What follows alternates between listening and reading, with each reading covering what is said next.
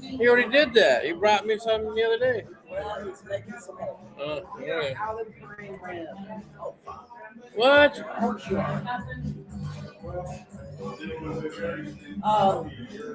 I guess can I get a minute?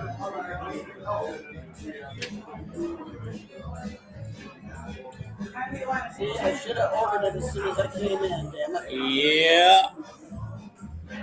You got distracted talking about all that dingling.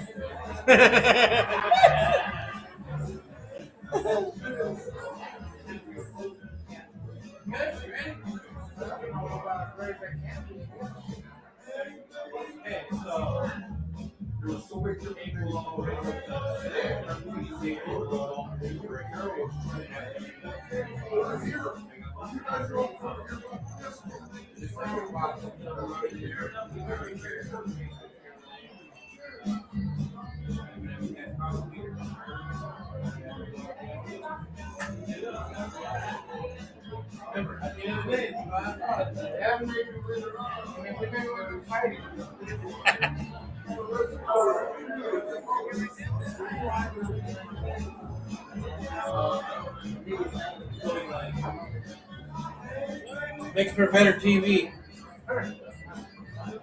Well, I'm surprised that out further. Are they now playing it for sure? He's with some young gal. Really? Yeah. Sorry about that. And she knows who she is.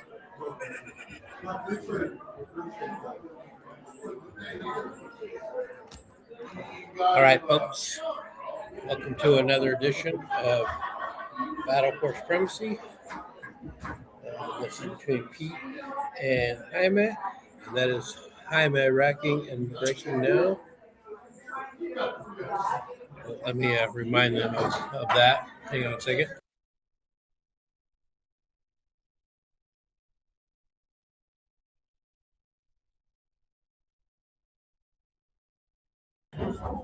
All right, so Pete won the lag, and this is DCA rules, so it is rack your own.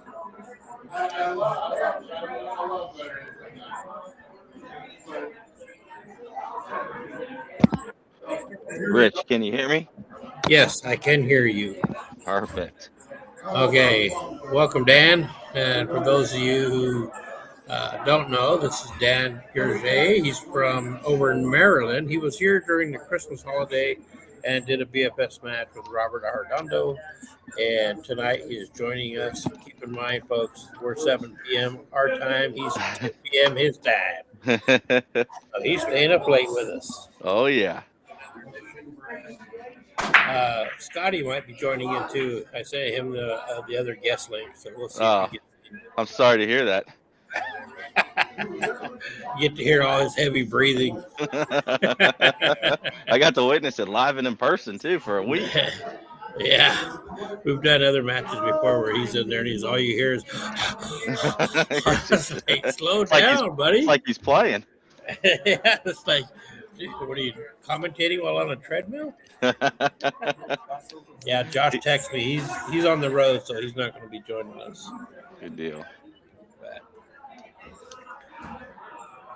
All right, folks. This Dude, is my man Jaime. BCA rule. Yeah, he literally just walked in the door.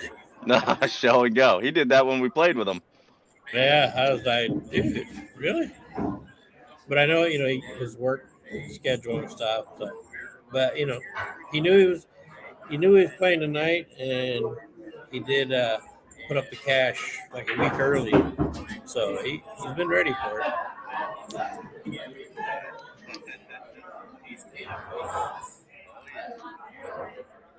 For those of you watching, we are down at the Dutch in Yakima, Washington. As you see after their names there, that is their Fargo.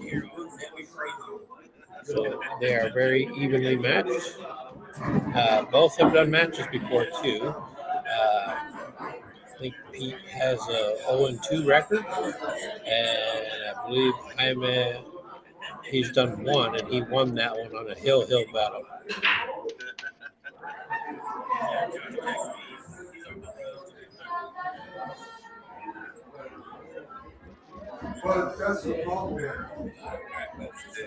He's got a couple trouble ones here.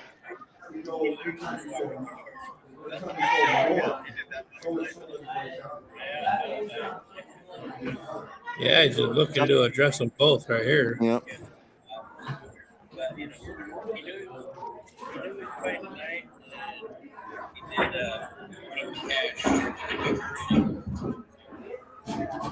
That's pretty good off the rail right there.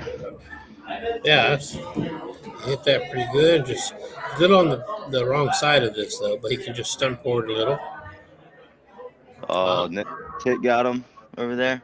Yeah, looks that way. Giving Jaime another opportunity here. Not too much trouble here. And I believe even the 8-ball goes here. So typically, Dan, when you draw a line like I just did right there, you look at the gap right here, and that kind of tells you whether it goes or not. It's just kind of a casual gauge of it without actually going over there and looking. I need to see the lines over there when I was playing in mine. Uh-oh, got the old rattle. So on this particular table, this is a deep shelf diamond table. So diamonds are notorious for having tight pockets as it is, but the deep shelf, and by deep shelf, I'm referring to this ledge right here. It's a little further in than normal. So if there was a ball sitting right on that edge, like just about to fall in, you cannot hit it real first. Whereas most diamond tables you can. But because of that, grab a rail, typically it will hang. Just makes it a little tougher. But like I tell everybody who has something to say about that table, that deep shelf, I just tell them, hey, the middle's the same size. Aim at the middle. That's true.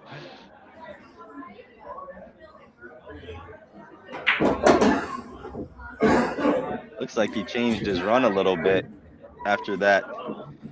The speed got him getting back down table. Yeah, he's a little straight on this 3-ball. Mm-hmm. He needed a little angle to be able to come out like this, give himself an opportunity at both of those balls. Kind of looks like he's stroking draw. So we'll see how this lays out. There's the. I know that feeling. That's that center pocket, like trying to, like for me, moving that cue ball a little bit, putting some English on it, and overdoing it and not hitting center pocket for the object ball. Yeah, it's with that kind of speed, like that thing will rattle. Yes, it will, and it's unforgiving, and it just might cost Pete the first game here. Jaime just needs to try to get up in this area for the 8 on the side, maybe.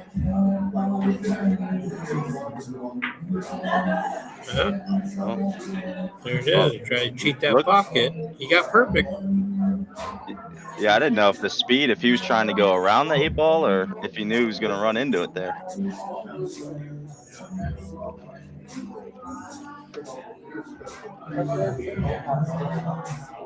Well, this could be the first game jitters, too.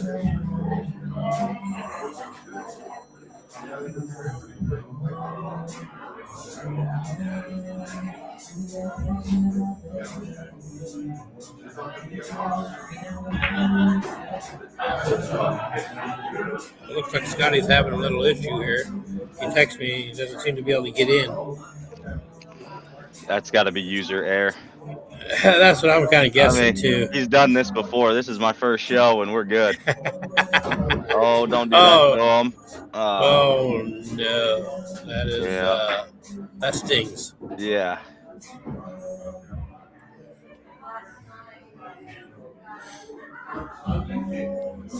So the thing here is to pocket the ball, not do anything fancy.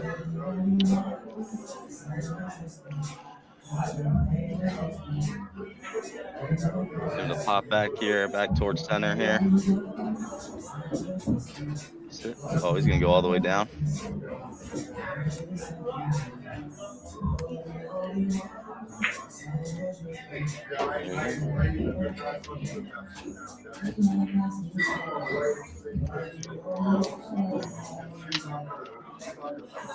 You know, it might not be Scotty. I just tried logging in from that guest link and it doesn't open up the stream. We could still blame him. Oh yeah, 100%. So we got alternate break here, right? Yes, sir. Yes, alternate break. It's BCA rules, so for the most part, everybody knows. 8-ball is probably the most common game we do these on. Mm-hmm. Unless the two players are wanting to do 9-ball or 10-ball or something different race. I don't like to do short races just because, you know, for the money, I want them to be able to feel like they're getting their money's worth. And then especially if it's a bigger dollar amount, then, you know, I'm okay with extending the race to 9 or something like that. Josh did one. It was a race to 21, I think they did. But that was for 1,000 in the middle. So for that, you know, and it was two solid players going at it. So I'm good with that because even that's not going to take forever, you know. Right.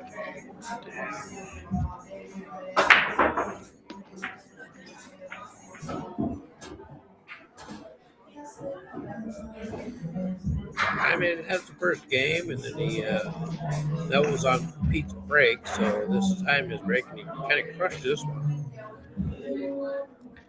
Looks like he's going to go with solids. Probably the better choice, just because of this, right? Yep. Stripes. 9 and 13 down there, or 15. No, I think he had it right the first time. 13.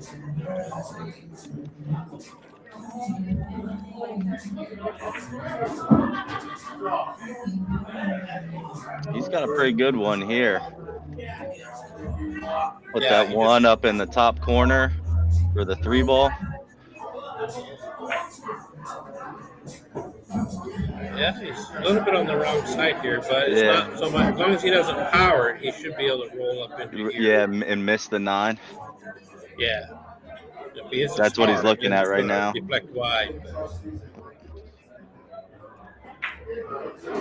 Oh, he went around the other way. Yeah, see, he was looking at that too, thinking Yeah. I hit those. But the tangent line showed that if he would have just hit like top English, center top, and just roll up there, he'd have got right in this window. He tried to stun over, but if you're going to stun over to the side rail, he would have needed to put like low right English, so like 5 o'clock. Let me just say, like right there. And what that would have done is that would have made the cue ball come here and then go forward.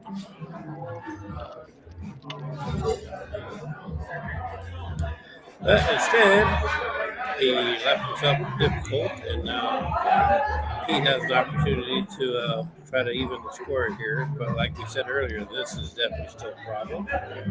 And this ball goes there, also goes here, but coming here provides for a better angle to get maybe in this area for the 13, which you could actually roll down right now. Don't try to keep it here, just go down table. Just like so. Oh, not far enough. Yeah, because if he'd have come down into this area, it would have been perfect. And if it didn't work out, he still would have had the 10 ball here to bail out on. He's got a couple options though, where he could pocket the 10, depending on where he's at, but he could play defense using that 12 ball. You know, that's actually probably not a bad idea. Right, kind of roll where you could just kind of roll it forward and tuck him behind the 9. Yeah, because with the 8-ball being where it is, I mean, you're really cutting off this angle at the kick. Yeah. So, looks like he's studying it right now.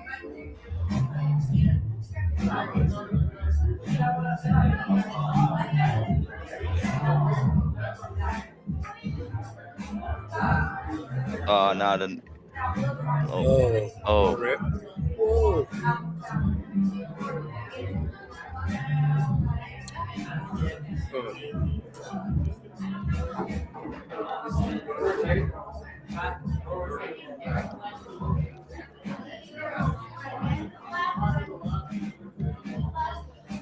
This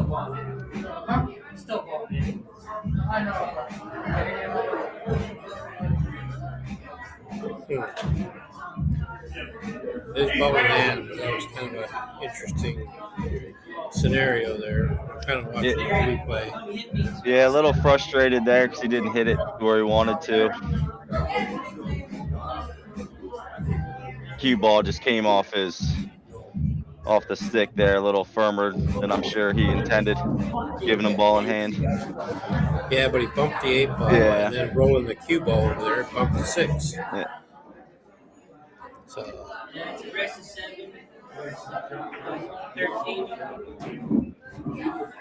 Jaime capitalizes. Yep. So I guess it's kind of moot point right now.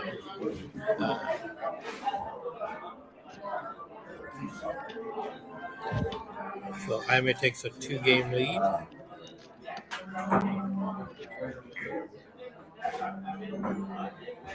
right.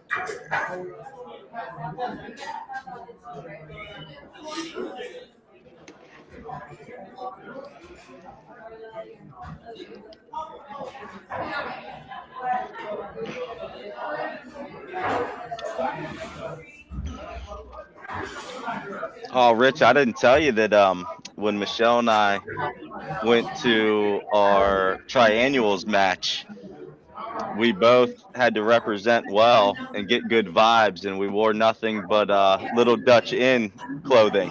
Oh, nice. So we won that day too, so it was even better. Yeah, that's awesome. That's right. Yeah, I think I need to wear that shirt and hoodie every day when I shoot now. There you go. I mean, why risk it, right? That's what I'm saying. Oh, there goes the cue ball.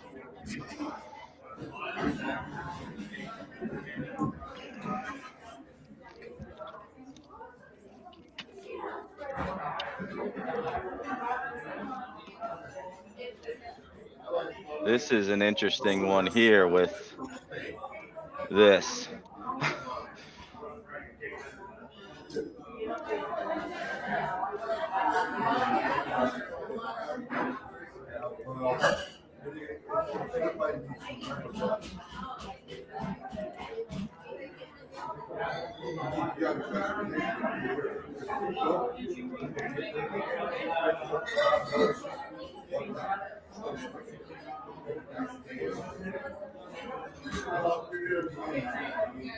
I'm kind of doing some tech support stuff right now, so that's why I'm all quiet. I'm back. All right. Just kind of can't get in. Too bad, huh? Yeah, that's fine. We'll live. We're doing just fine. We normally do. So does he give you guys all the heavy breathing on when you're gaming too? That's oh gosh. All you hear is that and the thumbs going like new controller needed. Yeah. Sure. There was one time we were doing the stream and he must have been set up in the kitchen or something. All you could hear was Michelle clanking dishes and whatnot. I'm like, Scott. Well, you know he's not going to do those either. True. And Michelle's not going to let him because she wants them done right. That's true.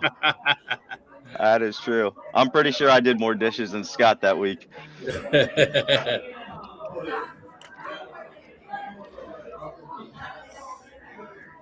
Does that go on the side on the combo? He looks like he's looking at it. I think it does. You might need to split the 14 and the 7, but. Yep, there it goes. And it does. And he's got a shot.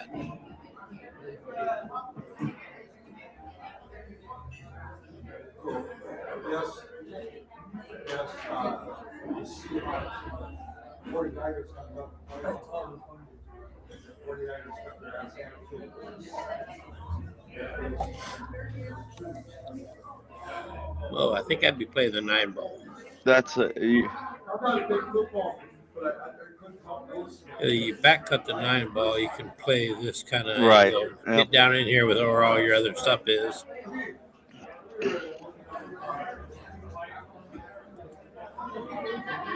Oops. Here I am just clicking buttons.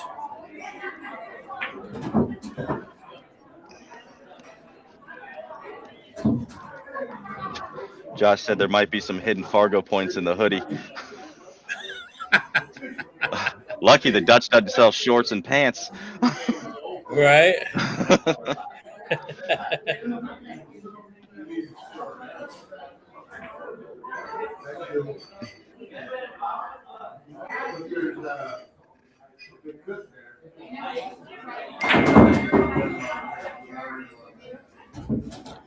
Oh, that was a good effort there on that breakout. Fortunately, 6 went back in the same spot.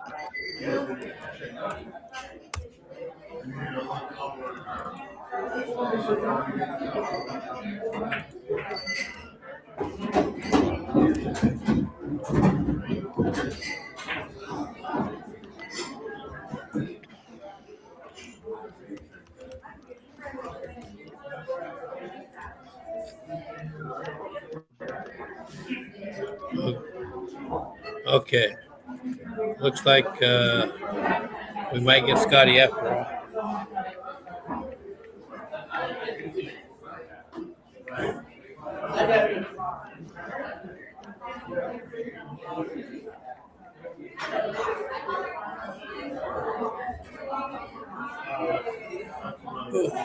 Okay. So the owner of EvoSports, he's over at, playing in the Derby City. I completely forgot about that. I texted him about that yesterday when Scott season. And this is how cool they are. Even though he's over there doing that, he fixed it. That's pretty good. Can Yeah. you hear me, Rich? Unfortunately, yes. I heard him take a deep breath the second he got on. All right. Yeah. Just to prove our point. Yeah. Scotty ran to the microphone. 50-50 here. Not so sure how sensitive my mic is this time, so Yeah, it's pretty loud. It's almost like in your mouth. Back away there, bro. that's. Let me see if I can tone it down. Actually, that volume right there that you're speaking in is perfect. That's a good shot by Pete right there. Yeah, that was great. That And was good speed and yeah, that's the kind of 8-ball shot you want. yep. So Pete gets on the board. It is now 1-2. Jaime and Jaime is rack and break. So Pete apparently shook off his frustration because he made a great shot to get shaped to that 8. Made it look really nice. Center. You notice the center pocket? There was no rattle in that one.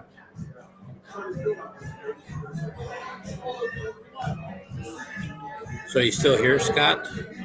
Yeah, I'm messing around with these. I haven't ever done any drawing. That's the first time I've seen this. It's exactly the same as before, just because you see on the toolbar on the left there, the pen is highlighted in blue. Yeah. So hold your left mouse button down when you draw. The trash can will delete anything you draw or we draw. You can pick what color you want at the bottom of the toolbar there. And then below the pen, you can click on that line and you'll draw a straight line. And the circle, you can make whatever size circle you want. Square, same thing. The arrow, will just draw an arrow. And that circle with a dot in it brings up the cue ball, which when you click on the cue ball anywhere, it moves your English highlighter. And then you right click on it and drag, you can move the cue ball around.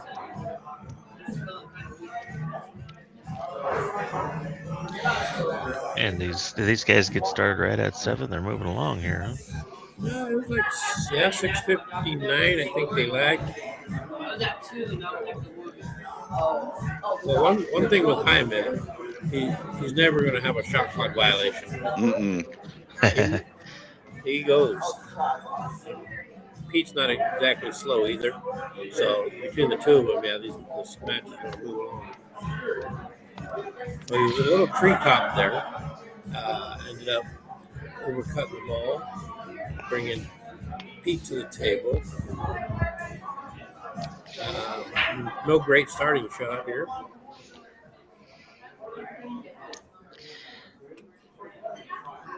Yeah. We have it still open, right? Is it? Oh, yeah, it might be. Was it? Yeah. Is Anyway, that I the, think he's trying to figure out what he's gonna do with this. Well, I can't know how you draw a circle here. Scott? There's a circle button. Trying to There, figure out there it is. How you like what to that, do with this Scott? mess over here. Oh, yep. Dan is training you. I'm trying to just. I didn't want to draw the circle that big. I just trying to outline the area there. You gotta hold your mouse button down. You can't just click on it. See? Like that. All right, so that becomes the table.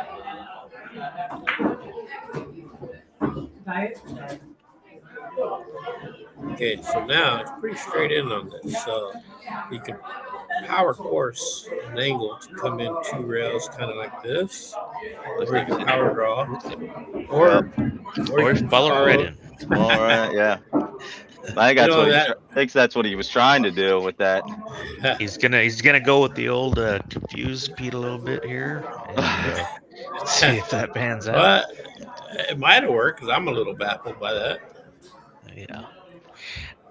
I think he looked like he was gonna try to draw there for a second, then maybe he just kind of gave up on that stroke at the last minute.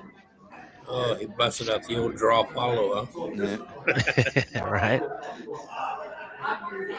Yeah. In order to force an angle on a straight shot like that, you almost cheat a pocket. Kind of pick this half over here, and you gotta hit it pretty firm because between the speed and the English, it creates the angle. Oh, Pete hit it right where you were drawing. Yeah. I don't know if he's got his AI glasses on and can see that or not. But...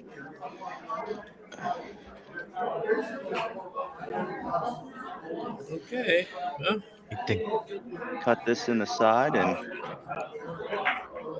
yep. Good call. And That's it a laid good out break. nice for him. Yeah, that's pretty good right there. yeah, opened everything up. Yeah, play the 9 and the 14 here. 12. Oh, Just overdid it. okay. Yep. No. Commentator Tied that curse. 9 back. Yep. Commentator curse, but I'm going to say it's only YouTube, not me. There's a good chance I've hit that shot plenty of times because I get worried about that ball that's on the rail and the one here getting to where I worry so much about my speed not setting myself up for a combo. So when you got back over there and playing pool, how big a difference is the speed of this table versus the ones you play on? Oh my gosh, it's night and day. Yeah. Yeah, we played on one. There's a place here that we play league in that just got 4 brand new 7-foot diamonds. But I played on that actually right before we came out, so I haven't played on it since. But the speeds are just it's like high carpet compared to the ice on the diamonds. Yeah, the tables here, we keep them nice and clean, pretty regular. Polish the balls up, and then we swap the cloth out once a You think year. he's gonna try to get down to that 3 right now, or do you? It wouldn't be a bad idea to try. He's gonna miss it, I think. Yeah. But see, he could easily just play a safety here too, and just bump that 3 and roll forward with it. Because there's no stripe outside of that corner. So anyway, what I was saying is we swap cloth every year and put some fast Arcadia Predator cloth on. So these tables are always, pretty fast, and like I travel all over the place for pool, and no tables compared to these speed-wise. Yeah, I'd say when we were playing in Spokane this last weekend, I'd say the tables here at the Dutch are probably just a little bit faster than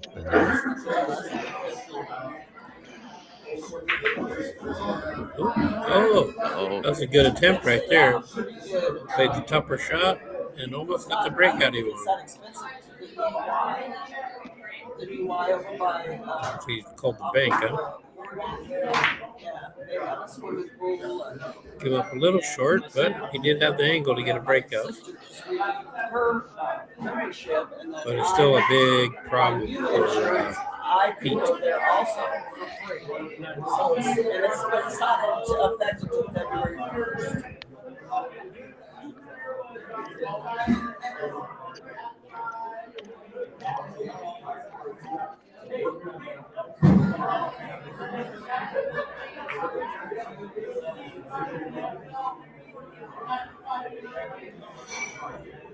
Well, that could mean trouble here. Yeah. That 10 ball sitting right in front of the side, that gives Jaime a lot of. Take that 12 ball now and break out his 9. Yeah. Well, there's the dreaded cheat the pocket thing. You know, touch that rail. Even as close as that was to the pocket, it's stubborn.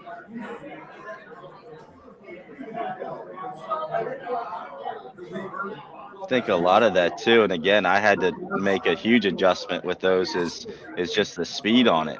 The speed with these tables, like you don't need to hit it that hard. Yeah, for it to go. See, now I would have went the other way. I would have played the 3 first. Since it was out for you already. Yeah, and you're right there. You just cut it. You got, you can go 1 rail or 2 rail shape for that. But now, that he missed it. He bumped. Oh, I was going to say, he tied up that ball, but Jaime just opened it back up. But considering where he put that cue ball, took away a lot of options here. But now both his stripes are neutral on the bottom rail, which going to create a problem for him. Looks like where it's at, looks like it's almost married to it. Like you have to go 4 on the side here if you're trying to make one.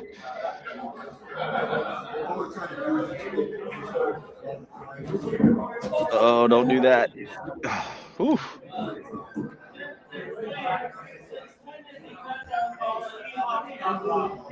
See, with this particular lead right here, I think I would just bump that over right in front of the pocket and just rest on the 9. Mm-hmm.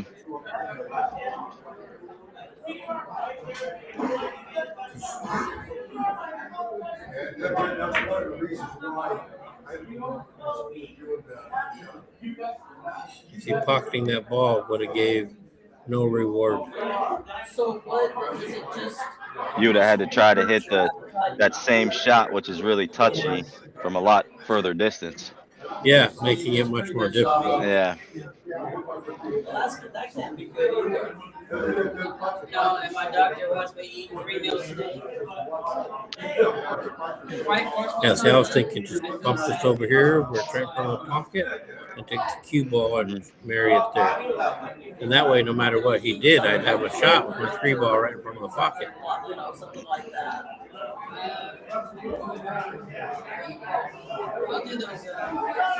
See, now I'm going to pocket this ball and have no reward.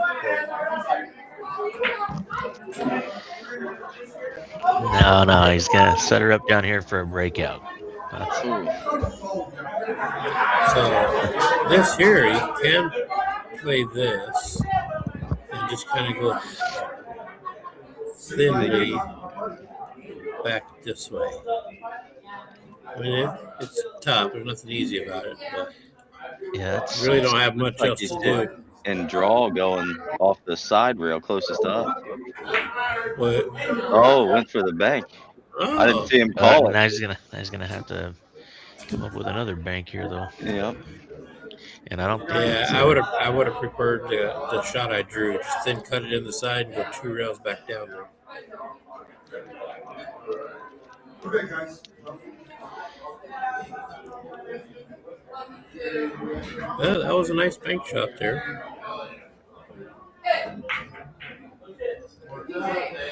Whew, man. Oh, well, good try at it. Yeah, he's definitely feeling it today. Definitely opens the door for Jaime, though. He's got a couple of balls set up real nice, and should be able to get back over this 10. Yeah, I would fully expect him to get out here. I gave himself a nice little angle here too, just 2 rail out.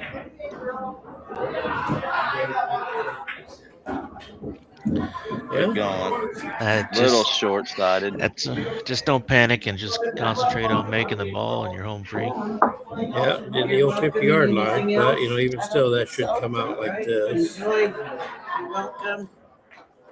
Oh, I know. There you go. Oh, I have some too. That's good there. Little tree top, but he's okay.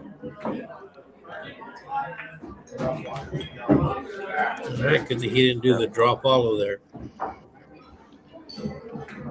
Well, he extends to his lead. So now he's up 3-1. So this is game 5. So we'll be Pete's rack and break.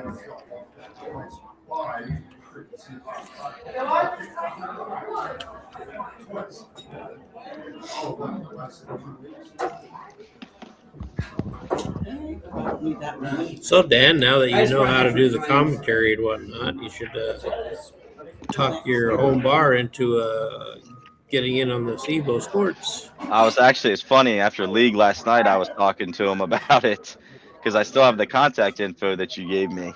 Yeah. And it's set, again, just with the home bar that I shoot out of is just the one table, and it's kind of in its own area. It'd be perfect then. It'd be super easy to set. Yeah, and it's actually pretty reasonably priced. So you could have it all set up and have the one table, and you could be the lead commentator. You could have guest links made for you or whoever over there you want to invite in. Well, getting you guys on would be easy, being a 3-hour difference. Yeah, but see, they could be like your appetizer before you guys start.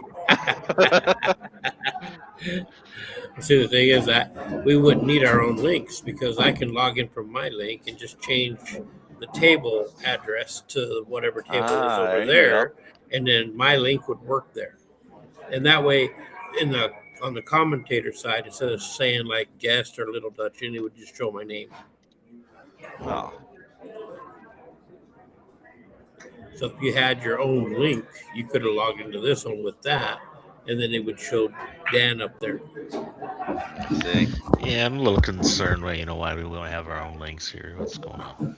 Josh has his own. Should tell you a lot, Scott.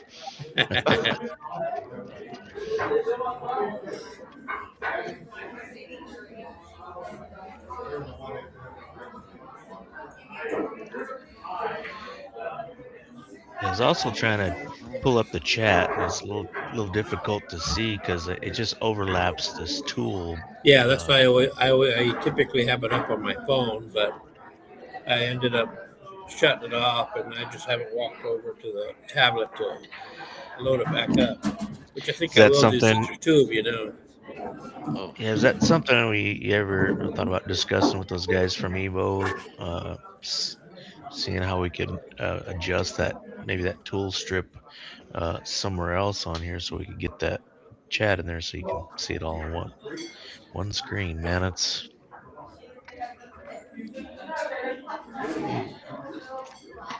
lots of conversation in there.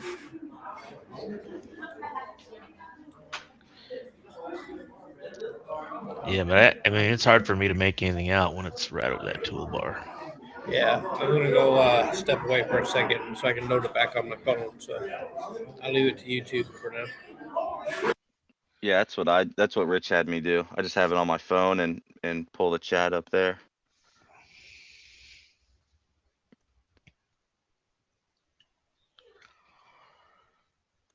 Not sure if Pete was trying to play that off of the 8-ball to get it out right away. I wonder if I could just hook up my other monitor and pull up a separate page with the stream on it.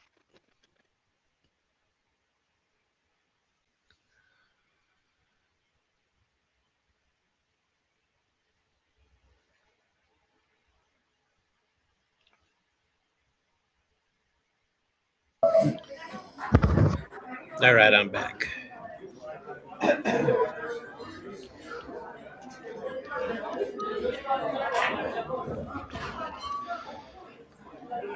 Still waiting to see what they're gonna do right here.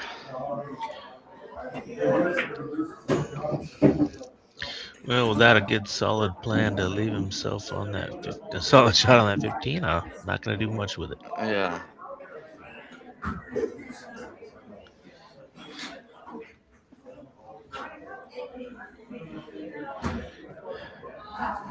Yeah. Trying to see, does the 15 doesn't go past the 3 I don't know. I mean, or the 1? might just think about rolling off the 10 here and playing a hook behind the 4. Yeah, playing it here and just setting it cue ball here.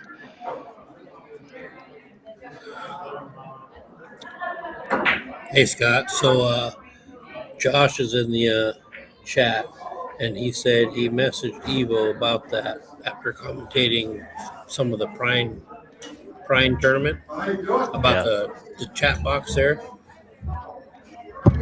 So that's it. That's something that's in the works.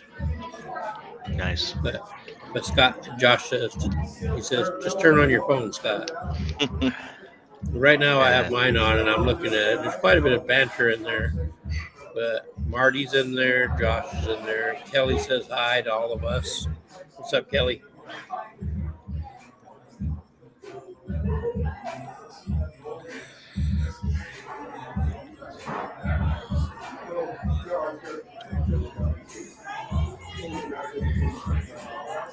Yeah.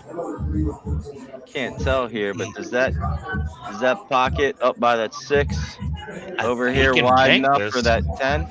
I think so. Oh, you mean for the bank? Like, yeah, for the bank. Looks like he set himself up for it. So yeah, it does look like it. Looks like Good it call. goes. There must be something to you, 400. There it is. Oh man. Oh man. Huh? He would have had a tough shot, but nonetheless a shot. Mm-hmm. So I think Pete needs to win this game. The 6 ball's kind of stuck, so at some point here he's going to need to play safety and let Jaime break that apart for him. I'm a little surprised that, usually, like lately, I've seen Pete really kind of knuckling down and playing some decent games. He's throwing me off right now. He's missed that same cut couple times in a row now, where he's really caught that really thin. Yeah, he's catching it almost on the backside of the ball. That's why it cuts outward, and then when you add in the English. Yep. So the thing about diamonds, when you thin cut balls, you want to basically land right next to it. Yep. So you're almost overcutting. But that was a nice little opportunity for Pete there. He got ball in hand, plus the 6 ball was opened up. So everything's out in the open. It's just a matter of executing. See that shot right there? I don't know if I would have put any right English. I think I would have just hit center ball to come down straighter down the table. Down table, right? Yeah, come down and towards the center.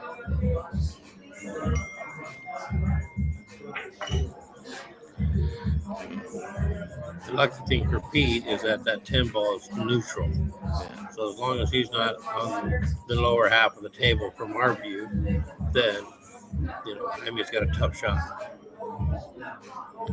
Yes, I would have tried to save that 7 ball there, and my longer shot would have been that 4 ball with just some decent speed here for the 5 ball up, knowing that's because the way he looked like he was gonna have to go, that 3 ball looked like it would have been last, just traveled too much for me to get back to the 8.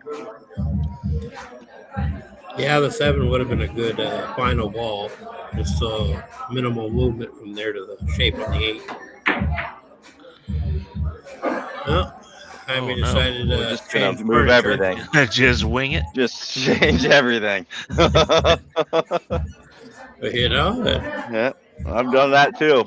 Yeah, he left the cue ball in the pocket, which kind of limits Jaime or Pete. But I think I would start with that ball. Okay, he's thinking the 4. Give yourself something to work with here. Mhm. Oh, Slow down, ball. He's good. He's going He's good. fast. okay. Seems like every time I hit that magic ankle, it scratches. Exactly. That 7 ball's giving no. him fits. And I think Or 7 ball. he's just not compensating for his English that he's using. well, the thing too is it looked like he rushed that. May just not be comfortable. Gonna stun this one over for the 8. Yeah, Nope, just a little stop shot.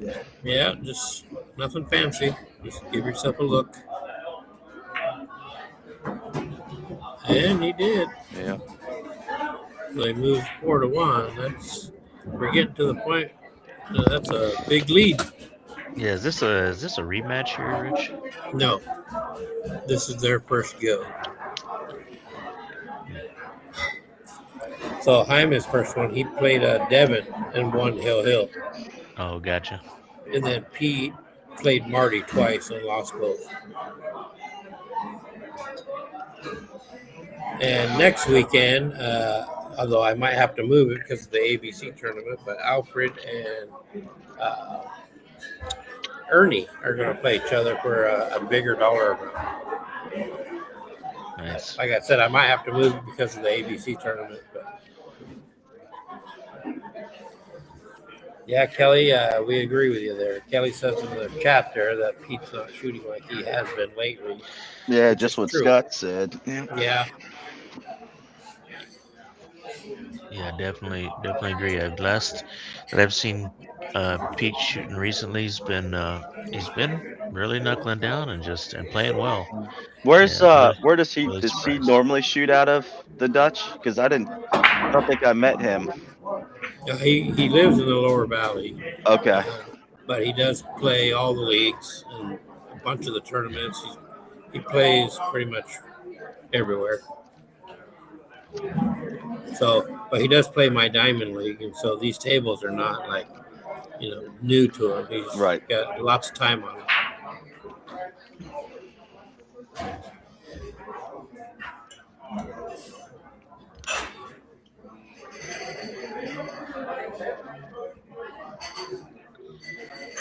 No, it's kind of a toss up here. You could. He's You know what? go with the Yeah. stripes, huh? Yeah, nothing's really tied up real tough. This looks like a little thin for. I don't know how much room he's got between that and the 3 ball. Yeah, that's what. Yeah, I think he would have needed to throw that a little more with English. Yep. Although he didn't end up bad here. I mean, No.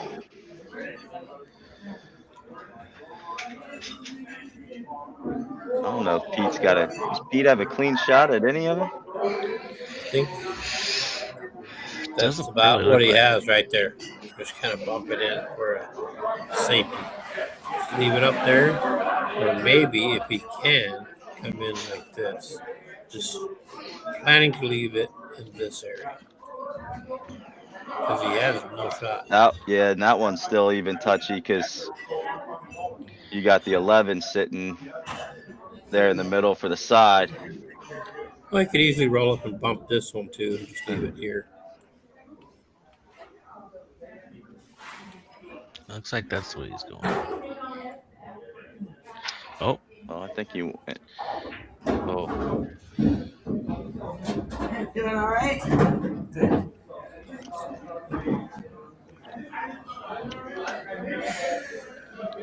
So there's a question in the comments about who's commentating with me. So Scott Zurich is the invited commentator. His link you see there, and the Little Dutch guest commentator is Dan back in Maryland, of all places. But he was here Dan. for Dan the Man. He was here during the Christmas holidays and actually participated. It's not normally in the a BFS nickname we match. have for him, but if I get my own link, I'll change it to what it could be. Yeah. he'll send you the name Yeah. already. You guys like little doves made out of paper? Origami Little Dan, swans. they're cranes. Yeah. Runs in the family, See, you and your brother. see, David would know Let's that. say, in all fairness, that was Dave's name first. Yeah. I mean, It was. Yeah. Then he quit, and I had to hold up the family name. right? You're gonna have to create yourself a crane stance. Maybe even borrow Well, the one from my Karate Kid. It's gonna be the first So- sticker on my new case. There you go. Well, I don't know, Dan or Rich. Dan says he's really improved a lot here a little bit since he's been practicing a lot more, and I think he's gonna have to make a quick trip down and prove it one of these days, huh? Every That's time I what make a bank shot or a clean kick shot, I text Scott. Doing the system. Yeah, I might be making a video on that banking system here pretty soon, since I got a table next door over in the office that I can just do it on and have it nice and quiet. And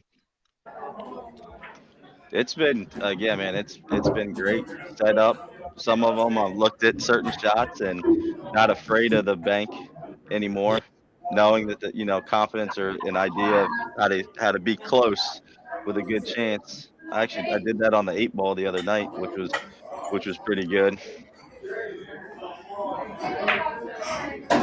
yeah, it works amazingly well. That was a great shot by Pete there, and stun over, and I got himself a nice little angle where he can bump the 3 as well and kind of push it forward a little bit, and he should end up shooting both looks balls like- in the same corner. Well, depending on how hard he hits this, he might end up kind of stuck straight at the 3 like that. Just like that. Yeah. Is that the 1 or the 9 in that side pocket close to him? That's the 9. I believe that's a 9. 9 there. So he's got the 4 ball right there with it too. Yeah. Yeah, I agree with you. Yeah, Ben. I didn't even- agree with you, Yeah, Becky. Yeah, that's He is a little nervous. He's definitely That's- not playing at his level. that first shot. I didn't know that he took. I thought he might have, with that 4 being where it was. I thought he was just gonna go run the 4 down table here, because that was the one trouble ball he had.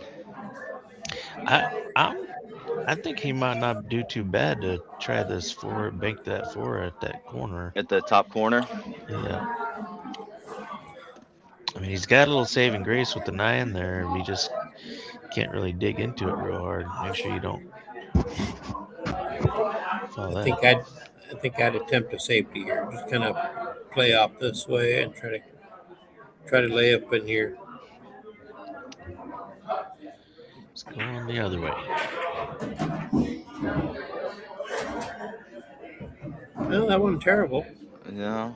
The 9 ball's gone, and this is the only shot he has to start with.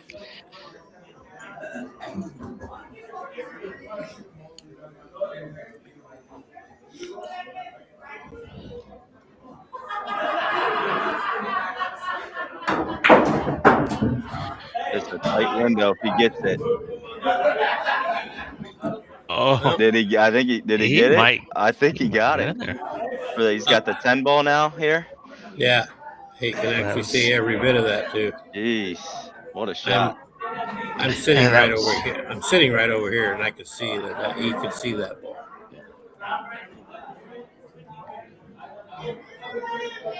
It's a pretty risky try. Yeah, It's just small little. But man, he could have really made something out of that.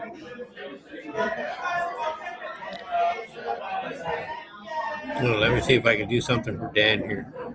Let's see. no, I don't. I already have a feeling. There's part of it, and then there's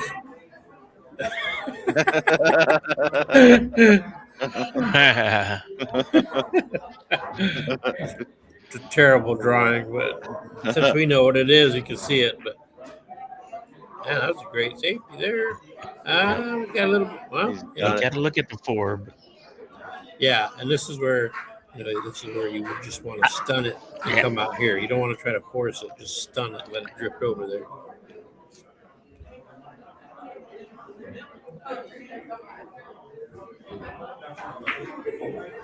Just like like that. that. Nicely done. Nicely Like done. that. Hit Yep. that really nice. Yep. So now this, don't do anything fancy. Just pocket your ball and then pocket the 8.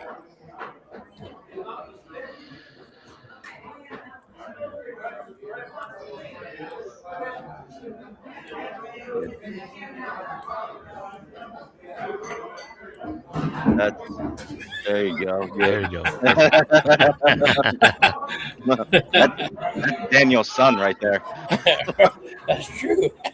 Same name.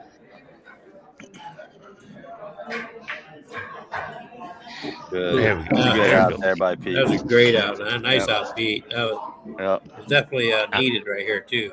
Mm-hmm. Well, maybe And hopefully that boosts his confidence a little bit. Oh, as we yeah, get back into definitely, this 'cause- match.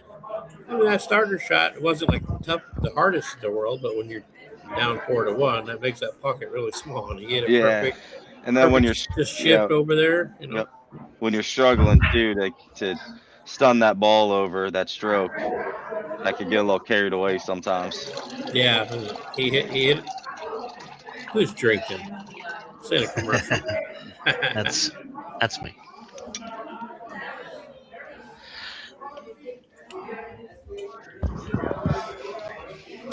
You know what I think I'm going to do? Remember this videos tab up top here? It just has the 2 Evo trailers in there. I might have to make a little Dutch Inn video and post that up in there. Oh, some like just Just a a little- bunch of highlight video. Yeah, just a little commercial. It'll run 30 seconds or whatever. Play that periodically.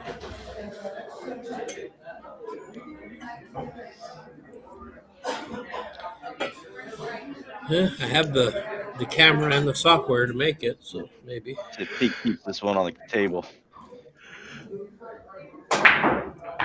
No. Nope. Yeah.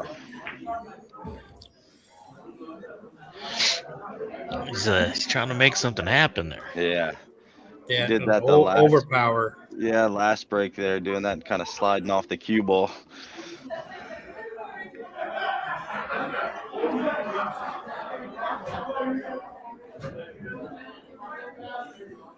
Hey Scott, remember over in Spokane I bought that Magic Rack case? Yes. So I I'm looking at mine right now. Magic Rack case.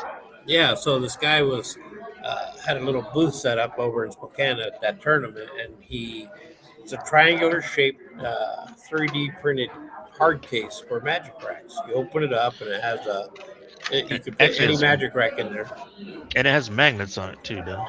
Yeah, there's a magnet in it, so when you snap it back in, the magnet helps keep it shut.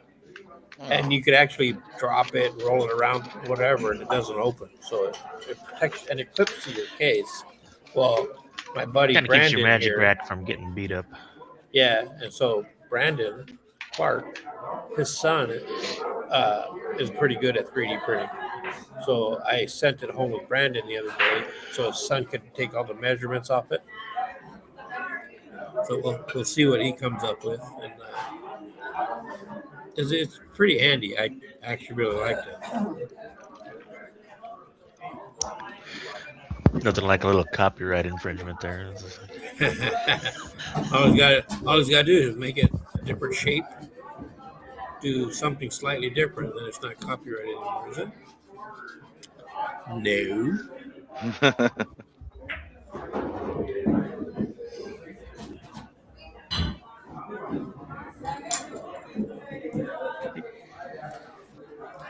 So Jaime's on a little run here. He's got trouble over here, right? With this ball. It looks like he was trying to get over to it, but the dreaded rattle. And unfortunately, Pete doesn't have an easy starting ball. Yeah. You have to work here.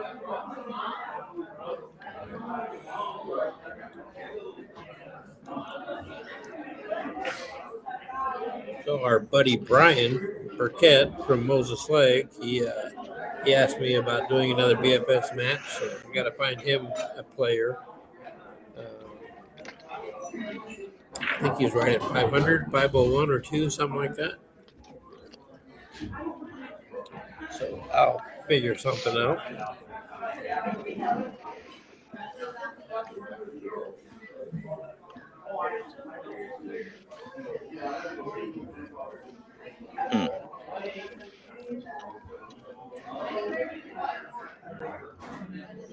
Man, he's got Can a he tough get? look here. Yeah. Can he get that? Can he clip the 5 ball almost and send the cue ball down here somewhere?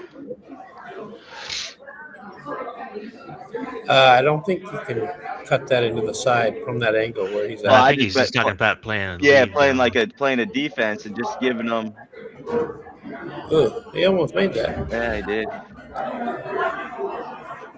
Trying to get somewhere behind the 4 there, so Jaime didn't have a straight shot on anything.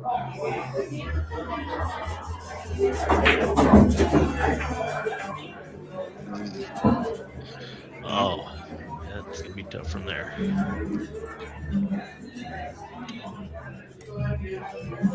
So I just got a text message about possibly adjusting the camera angle so that the 3 pockets on the bottom there aren't blocked by the names of scored.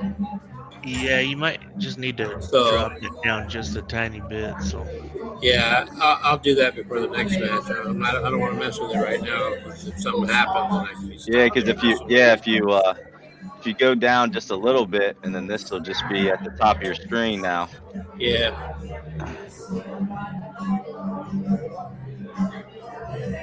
I wonder why I can't make anything ever. I can't even draw a straight line on the thing. It's made to go straight. Well, maybe because you're not straight, Dan. Yeah, hey, easy. well, that makes a lot of sense. I got a right-handed mouse over here.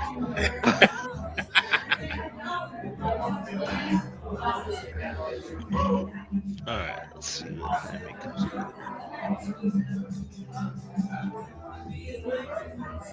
He's got a good little cluster here at the in that side pocket.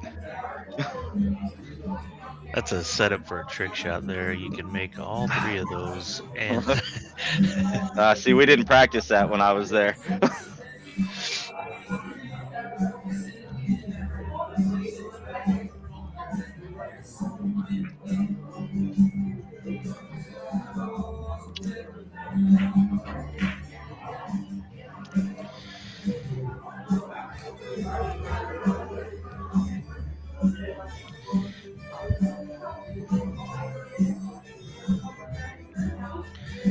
looks good. He didn't look like. See, if this wording wasn't by the side pocket, I could see if there might be a little bit of gap between is that the 2 ball and the. Yeah.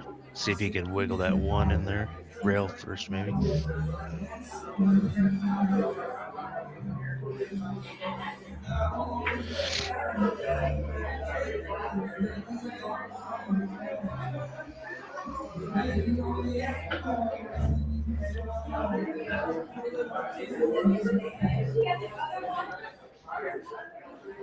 Yeah, that's tough for me to see right there. I don't think there's any room there, though.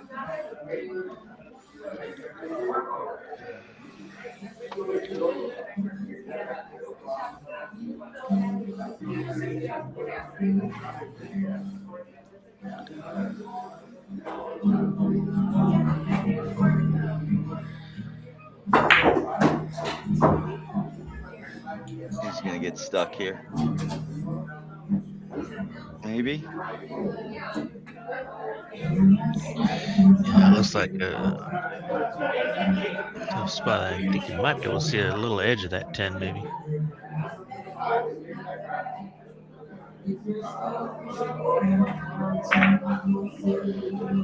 can see quite a bit of it. Mm-hmm. You're welcome.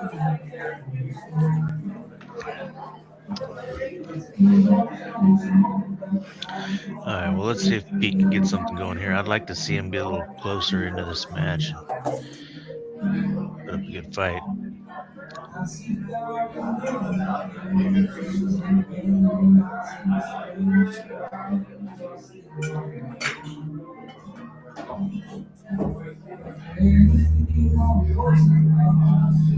Put that 5 ball in the same pocket. He'll kick out the 4. Went around. Okay. Did you see? He's got a question. Josh's got a question for you on the chat there, Dan. He says, "What did you think of the Dutch compared to places that you're used to playing, and what did you think of Yakima Pool in general?" I mean the Dutch. Michelle and I talked about it while we were there, and obviously why we left. But that's a place we could spend a lot of time at. We had that was probably the most fun pool um, that I'd played in a long time. And as far as Yakima Pool in general, I just thought it was. I think competition wise, collectively, and again, we have a lot of good shooters out this way, but I think collectively, from what we saw and participated in, was I think more competitive. Well, the thing about Yakima Pool is that any kind of tournaments that Yakima players travel to, we all tend to do well there. Yeah, Like Lincoln City, where there's a pretty large number of Yakima players there. There's always a group on whatever levels divisions they're in that make it to money rounds. yeah. I think again, like these things, the BFS matches or opportunities to put yourself in pressure situations. Um, is there's a lot more of that in Yakima than there is where we're at. Yeah, well, the creation of this particular platform, Josh and I wanted to do it to give, like the mid to low player, give them the spotlight, let them be center stage, and get to experience a live stream. Although back when we started in 2011, there wasn't a live stream, but we had a camcorder, believe it or not, and we would record it and upload the video to Yeah. YouTube. With the rat girl. Yes, it was a much bigger process, and we did have a rat girl. So, believe it or not, Dan, every match we had one of the local ladies here rack every single game so that neither player racked. Oh God, that sounds like a job for me. I was doing that earlier.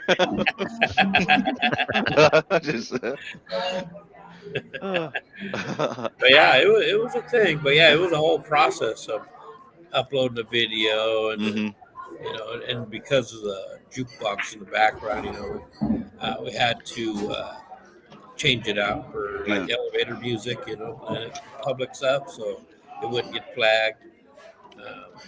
But yeah, if you go on the Facebook page, you can scroll all the way back to the beginning, and I would do commentary through my laptop, just typing it out. Yeah, it was nuts. Swing at that one here. Oh, missed it. I think too, like again, playing BCA out where you guys are constantly, like that's the majority of what you guys have, if not all you have out there for league wise, playing by those BCA rules. And I think that's a big difference of us out here where it's nothing but APA. I think right here. I think so. For a competitive side, I think that's a big difference too. I think Pete should just play the 6 up close to that top corner and leave himself a little breakout wall. What he should do is just graze that and let the cue ball come right over here. Well, I was thinking that initially when he had the 4 ball sitting over there, was to make the 6 and then play a leave on the 4. It would have been easier to do, but control wise. I was gonna say he called 6 in that top corner there. That worked out, but that was very aggressive, and he could easily scratch right there, and cause himself to lose this game. Becky, Dan is from Maryland, and that's where he's remoting in from today. He was here during the holidays, and he actually did a BFS match, if you want to call it that. She was probably wondering because of that little speech impediment he's got there.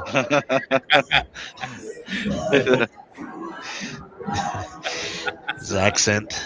I was there for the BFS match. I don't know if I played in it. All right. I did a lot of watching. But hey, your buddy Robert, man, he didn't do too bad in that tournament last weekend either. He was, and again, I talk as nervous as I was playing in that for the first time, and obviously being there with all you guys was tough. He was a great guy to play against, in terms of like making me feel comfortable. Like he wasn't like he's a really good guy. Yeah, So we talked a little bit. Really like we both were, we're serious because we both wanted to win, and it's competitive, and he was very competitive during it too, which is fine. But there, a little bit of banter, and I don't know, maybe he did it because he knew I was nervous and wasn't shooting all that well as he's beating the brakes off me. I can tell you, Robert's actually a really cool dude. Yeah, he seemed easy like, to talk to, easy to get along. He's definitely about the pool, you know, and it wasn't his first time playing one of these, so he told me it was the best meal he ever had after that match. But I know it was one of his cheapest ones. Yeah, he knew what you were experiencing. He'd been there, so he understood it. But overall, for Yakima pool players and just pool players in general around here, everybody's pretty cool, and so we all get along and have a good time. And these BFS matches, we've never had one where there's been an issue. Yeah. Both parties are always real gracious, win or lose, and it's a good time for everybody. That's kind of one thing that we really try to promote. Is that at the end of the day, pool is a game, and money is just money. And nobody likes to lose. But at the end of the day, you just both give your best effort. Whatever happens, happens, and then you shake hands, and we're all friends. Yep. And so it's always kind of been that since the beginning. And part of that too is that I pay attention to those things. Yeah. Not just in the BFS, but in tournaments I run and everything else. I just don't tolerate that kind of behavior because it's so unnecessary. It's just a negative we don't need. So I'm a pocket C8 and up 5-2 now. 5. Yeah, that's big. So what'd you think of the Diamond League? It was kind of cool that you and Michelle both got to play on the same team. It's again those kind of things. Everything that we did out there from a pool standpoint, outside of learning so much from everybody out there, was how it's run. Like the style of matches, like it was, man, that was an absolute blast. Doing that like Moscone Cup type thing was a lot of fun. Yeah, it's very different. Yes.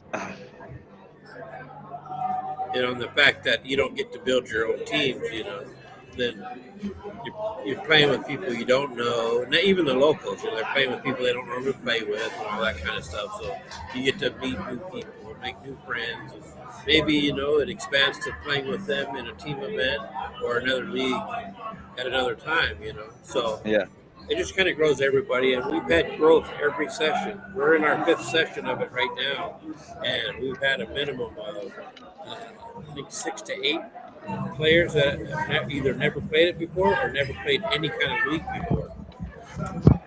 So the word's getting out there that this is where to start. Yeah. Which is what I like.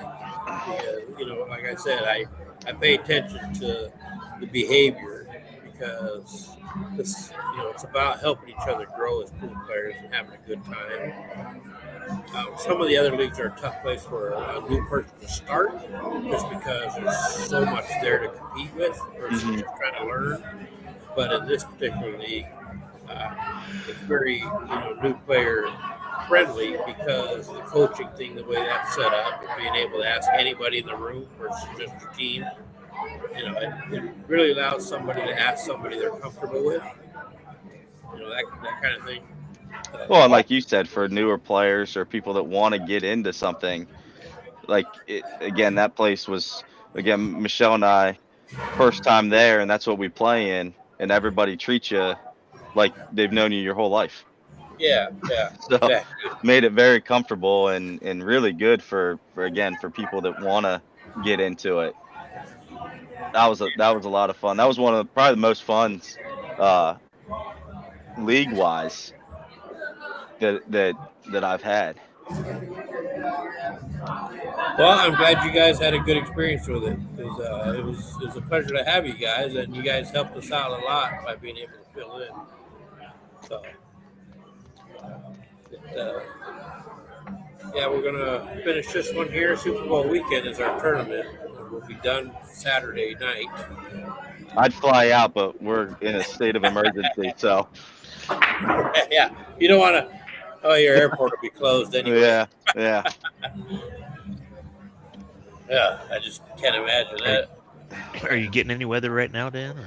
No, not yet. It's supposed to come in tomorrow, but they're talking. I mean, it could be from, over 2 feet of snow here, and negative 10 degrees. Sounds Yeah, like fun. Yeah. My sister's gonna love that. Yeah. Yep. I'm gonna shoot her a text laughing at her. Yeah, I heard all the sunshine we're getting out here. Yeah.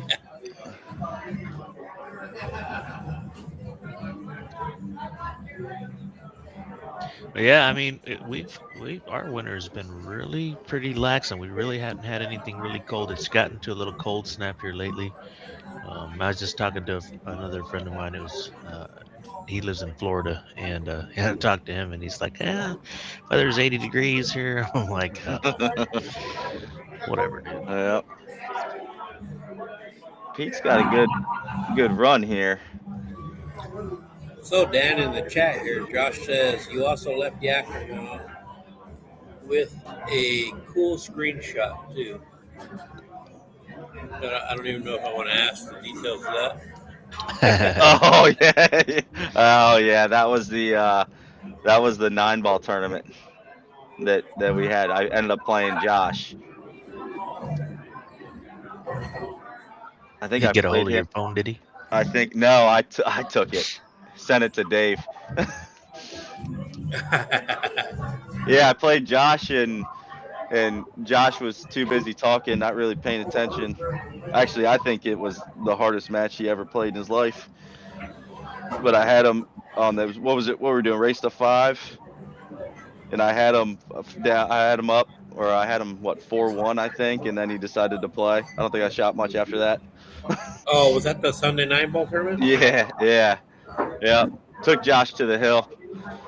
I told everybody it was the hardest match he had ever played. Never had to focus so much before in his entire life. Should have took him out back. That's right. Well, Becky says in the chat that she hopes you enjoyed your visit. Oh, absolutely. We can't wait to go back. It was great to see. Got to see some old friends out there too. 40 on OE. Good visit. We wanna make this a yearly thing. My boy on. Oh, yeah. Yeah, we do a lot of pool out here. Yeah, we had APA once upon a time, and it just couldn't grow. Even though those of us that played it enjoyed it. Yeah. And surrounding like Spokane, they have a huge APA community, and I've been over there to see how there's what they call City Cup and all their playoff stuff. It's pretty impressive. But yeah, it just didn't get popular here. And I have a theory why. I'm starting to go over that on there. Because Scott was playing in it. I think what really happened was, I mean, the guy that operated it, he really just didn't put the work in to get things going. Is this is this not ball in hand for Jaime? Sorry, don't mean to. It is. It should be.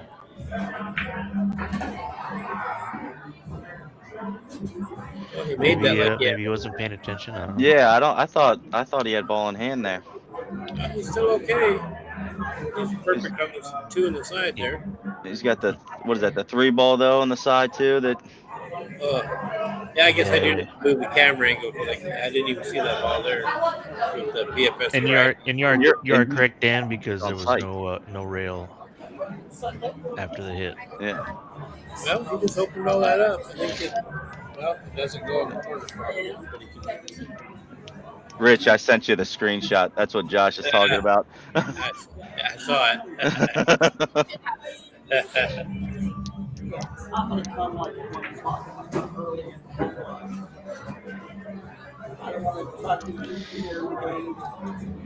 Oh, I think he tried to get Ouch. back down for the 3 right Yeah. away. Yeah, I think he was going to try to run it up table to the Yep, 6. for the 6. Yeah, that was a smart play. If he'd have got under there even a little bit, he would have had a chance at this. But now it's much tougher having to go route first or pass save something. Then he's hooked on the 6 too. He jumps just. I was just about to say with being able to jump in this makes it. It's not his strongest shot, but he can get over the ball. It keeps him on the Yeah. table if he can pocket the 6 though. Right. The only problem with that is, with the 10, it depends if he could follow it straight in, but I don't think there's an angle for that. I think he could just combo the 10 in with his 3 and leave his 3 right there. Yeah. Right. Yeah, I have to agree with you, Scott. That guy, he wasn't, he'd never been an operator before. He was a player, and he liked it so much he bought a franchise. And I think he did the best he could do with what he knew. Unfortunately for him, it wasn't a lot. Yeah. But, the little bit we got to play, it was actually fun. Do you think if you guys started it now or tried to, or if somebody started it now, that there would be more with it, or like with your current group that's nothing but BCA? Oh, that could have been interesting. Yeah, I think APA would fly now. One of the things that kind of made it unpopular was having to pay. What was it back then? $6 or $7 a week? It's up to, I think when I first started, that was like probably 12, 15 years ago. It was like $5 a person. And then we had taken about 10 years off from shooting and we came back and it's up to 10 now. Oh, is it 10 now? $10 now, yep. Yeah, so that was a thing back then, but that was pre-BCA and everything. But now that everybody's played BCA and kind of used to the $5 a week, yep. I don't see it being a problem. Plus, the fact that it basically focuses more on the mid to low player. It makes them important. Yeah. And that's always going to be your biggest field of players. So that's a good thing. And then when you go to Vegas when they're nationals, there's good money there. Far better than BCA money. Right? Yeah. Yes, we've had 3 teams in our division that we play at that are actually in our division go out to Vegas in the last 2 sessions, 1 in 8-ball and 2 in 9-ball, and one of our teams finished 5th place out there last session. So it was pretty cool. 5th place may not sound like a whole lot to those listening, but when you have hundreds of teams, it's actually quite significant. Yeah. It's a big deal. What you have to do to get there with our because we were just out there this weekend. We were fortunate enough to finish in 1st, so we got to buy the morning session. So we played the 2nd group on that bye, and then if we won that, we had to play the next day, and then you have to win I think 2 more times before you go to like a regional area. That's what I was. A lot. I was gonna mention that, it's so not too many people are used to that. They're used to now you just kind of put a team together and you pay your entry and you go play in BCA, but for the APA, I know you guys have like your local playoff and then you have like a tri-city playoff. A regional, and then there's things you advance through to get to Vegas. Unlike BCA where you can just sign up and go to Vegas. With APA, it's different. You have to win your way for the chance to go to Vegas. Mhm. But so Josh actually said that every APA league weekly fees are area specific. So that's and that interesting. yeah, and that may be. I mean, but and the overall, I mean, yeah, it might cost a little bit, but what you get in return if you get to be one of those teams that qualifies and goes. I think they pay a lot of the fees and stuff Hmm. for you go and Yeah, really and really help depending out you. too, the bar that again, this was, when we first started playing, if one of the teams out of the bar made it to Vegas, they put up a lot of money for you as well.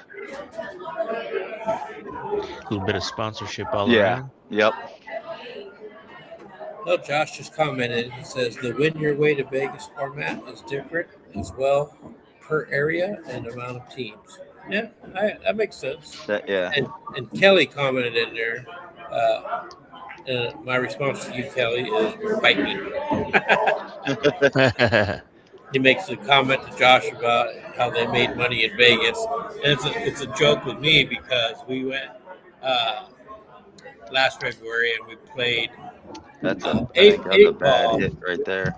Yeah, we He played does. 8 ball together, and we didn't make the money.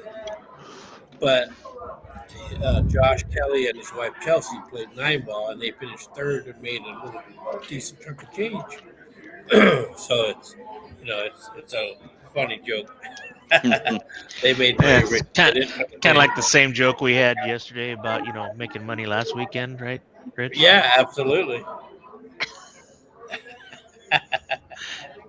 Kelly, did you make a hundo last weekend?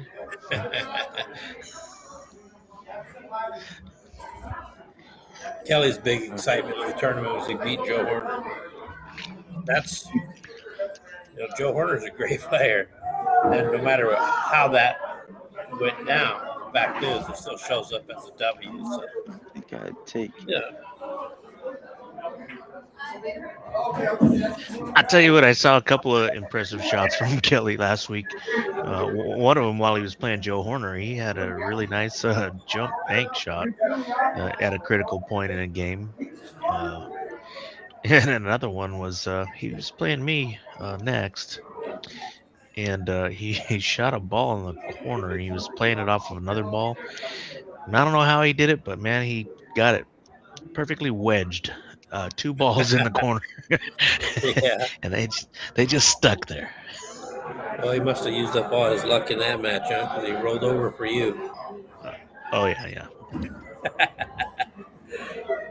I see Becky commented in here. It says, back in 2018, she was a captain of an APA team, and they won and got to go to Vegas, and their APA league paid them $3,000 for their trip. That's pretty dang cool, right?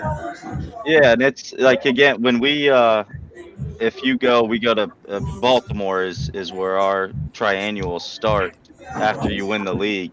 But the second you go there after your local wins, you get money from the APA right away. So I think our team made it was for day one just being there. Your team it was $200, and then I think it was another 300 on since we won and made it to day 2. So every step that you take after your own division round, you start getting a little bit of money. That's nice. So Yeah, here, and again, a few months ago, where our area is at too, I think there was 64 teams wow. there that were that first round of the triannuals. I think if we had APA here, we'd have a large number of teams because it'd be something a lot of players, would be new to. And the weekly fee isn't a big deal anymore. And at the same time, you have to battle your way to Vegas. So if you get there, you've accomplished something already. And then if you go down there and get a bust out a win, you pocket a nice chunk of change. Yeah. And I actually enjoyed APA when I played it. I like the whole chess match between captains, who you play, that strategy. And when we had it here, we didn't do the double jeopardy thing. But then once we folded here, Scotty and I, we used to drive over to Auburn on Sundays because we got on a team over there, and then because we were both sevens, we couldn't play the same format together. So one of us would play 8, the other would play 9 ball, or vice versa. Okay. It was pretty cool. Yeah. I enjoyed it. So a few months ago, I was maybe not even a few, maybe a couple. I was contacted by this lady. Her name's Judy. She contacted me. I'm not even sure how she got my name and number, but she got hold of me and asked me about maybe putting a league together in this area for the American Billiards League, which is owned by Mike Siegel. And she kind of gave me the links to watch how the league works, and they explained the handicapping and all that, and it's very intriguing. But I wanted her to send me whatever team she has over in Auburn, so that I was going to drive over there and go watch it just to better understand the whole process, because they don't do any paperwork. They use an app, and they have to live stream their matches through that app, because you don't play just against you only play the teams in your area, but your stats and everything go up against the entire league, not just your area. So, and the team that finishes in first place for the league in that session, they get $5,000, and then the bar that is your home bar, they get $2,500, and then you get to go. You got to play your way through to get to their nationals or worlds or whatever, and it's in the Caribbean, and the winner there gets $100,000. So yeah, it's pretty decent numbers, but she never really came through for me with what I wanted. So, but I did talk to her today a little bit more, so it's not dead yet. Here we go. Here we go. Pete's climbing back into this fight. Oh, nice. Way to go, Pete. Scott, I just thought of that shot there about, what we had talked about to make it a little bit easier is just being off angle here instead. And just cut it. So it's just one rail off this way, and then you're back for the 8 ball instead of trying to hit that big draw. Yeah. Which a little more I do controlled. Yeah, and not have to feel like I have to do too much with it. But he hit a good shot there.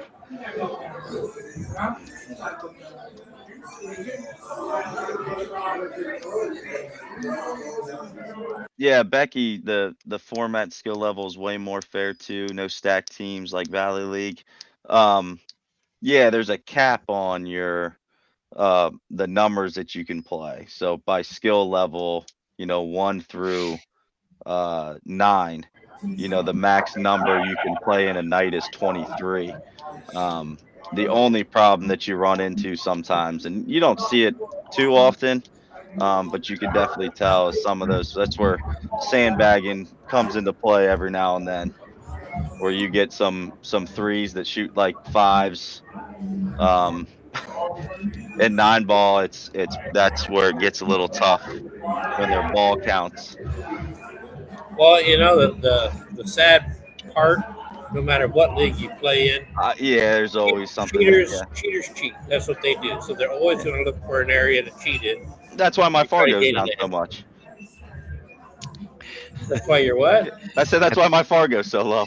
I thought that's because you suck. Hey, my FAR. All part of that origami thing. Yeah. Right. Yeah. I think I jumped 200 points though in my match against Josh. Yeah, maybe. Have you looked at your Fargo lately? I only jumped about 5 though when I beat Scott. But you jumped in bragging points there. Oh, that's actually worth more to me. Exactly. Scott can't ever take that away from you ever. Nope. I gave that to him. That's what he says.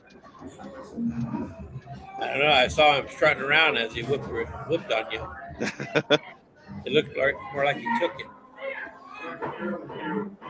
So, and the other thing too, Ultimate Pool, which is blowing up right now. I've reached out to people for that too, so I'm just waiting to hear back, get some more information on that,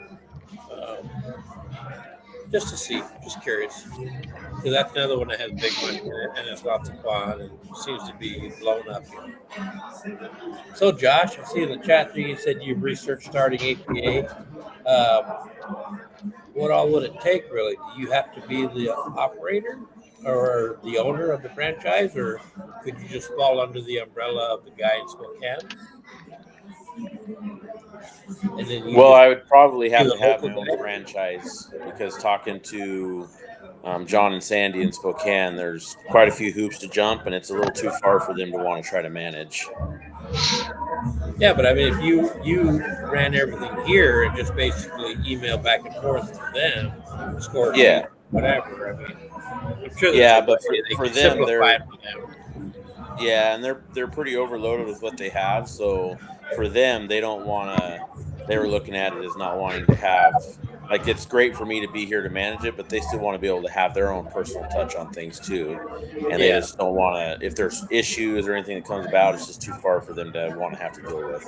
So is Yakima under their reach? I mean, is it part of them if something were to ever come up, or would this have to be like broke off into its own area? We'd probably have to. It'd probably be under its own area, but I don't know. I didn't really. I never talked to APA. I mostly just talked with John and Sandy because they've been doing it for like 30 years. So Yeah, I went well, through a bunch of the stuff with them. Yeah, they do it pretty well. Yeah, I mean they give over their City Cup every year in June for all their teams to go to Vegas. They give out over $120,000 in money for that. So they have a very large turnout. All that money goes back. I mean, obviously they make their money, but yeah, they're very successful with it. So yeah, that's awesome. Hey, Rich. Huh. This is kind of funny. I just popped my phone on and was kind of doing a little scrolling. I hit on Facebook, and the thing I see that pops up was Yvette had posted something earlier today or something. Oh yeah, like yeah, the rat said girl. when I was a rat girl, yeah, for BFS. Yeah, look at the year on that, 2012. Yeah. Yeah, that was. If you look in the background, there has a Zeb back there. Huh. If I remember right, that he played Wes. Remember Wes used to have that funny underhanded break? Yeah. Yeah, And Wes won that, didn't he? Yeah, he did. I'm pretty sure that's who they played, but that's how far back that is. I saw that picture too, and I was like, man, that really takes me back.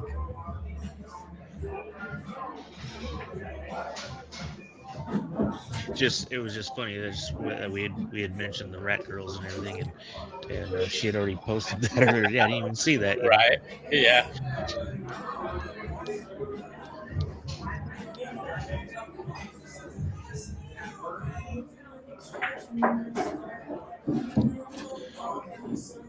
Yeah, when we were resurrecting this, thought about that, seeing if maybe do that again, but I didn't think there'd be, many interested in doing it. So I just decided to just say, rack your own.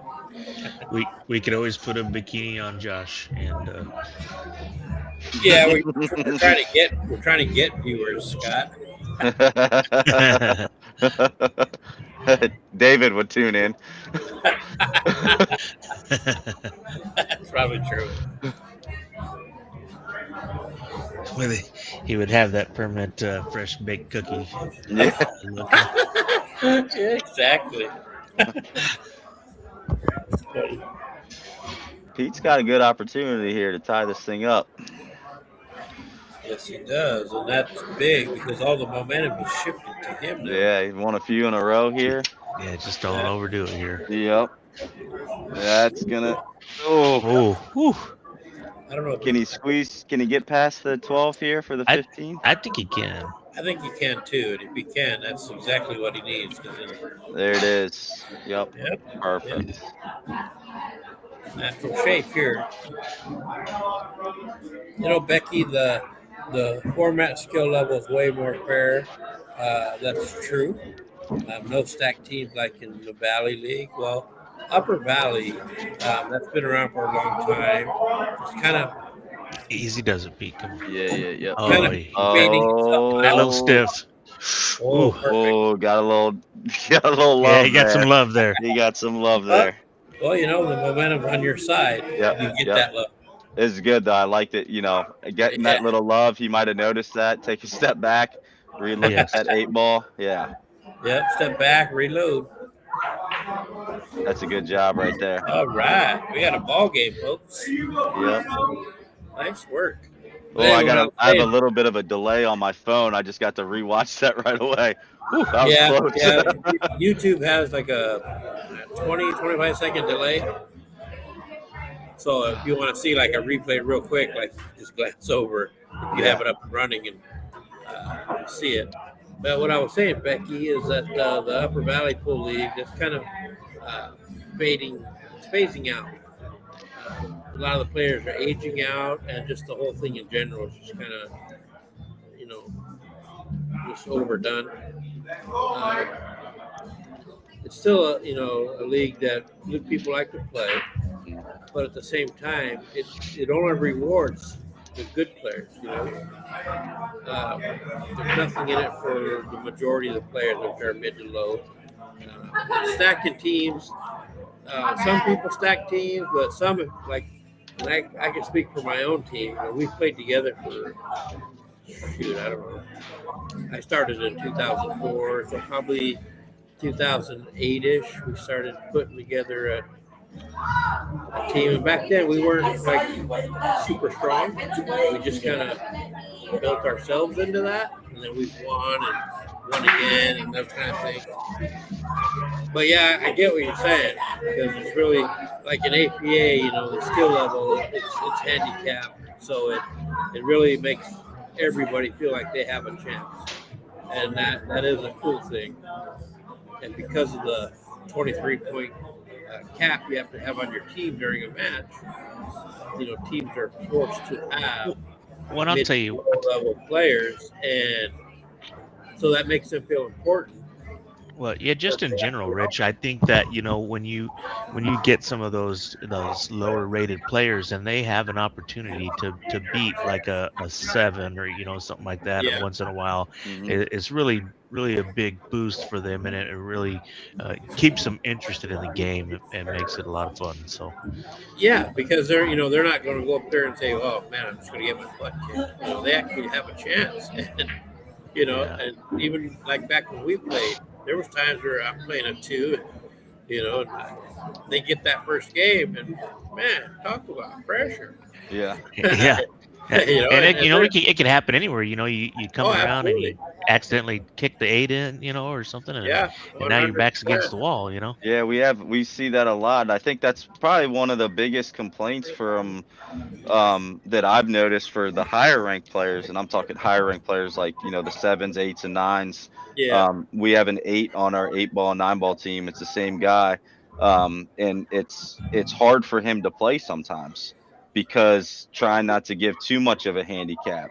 But then he's got to get certain number of matches in, so he's playing 8-ball, and he's got to play, and he ends up going up against a 2 or a 3, and that 2 or 3 only has to win 2 racks in 8-ball, and he accidentally bumps an 8-ball in, and now he's on the hill, and he's got to win 7 straight without any mistakes. Exactly. And so where big. That actually makes it interesting for the whole game and the whole aspect of the strategy part of it as well. And coaching. So one thing I distinctly remember from our APA days is that no matter who's playing the match, everybody paid attention.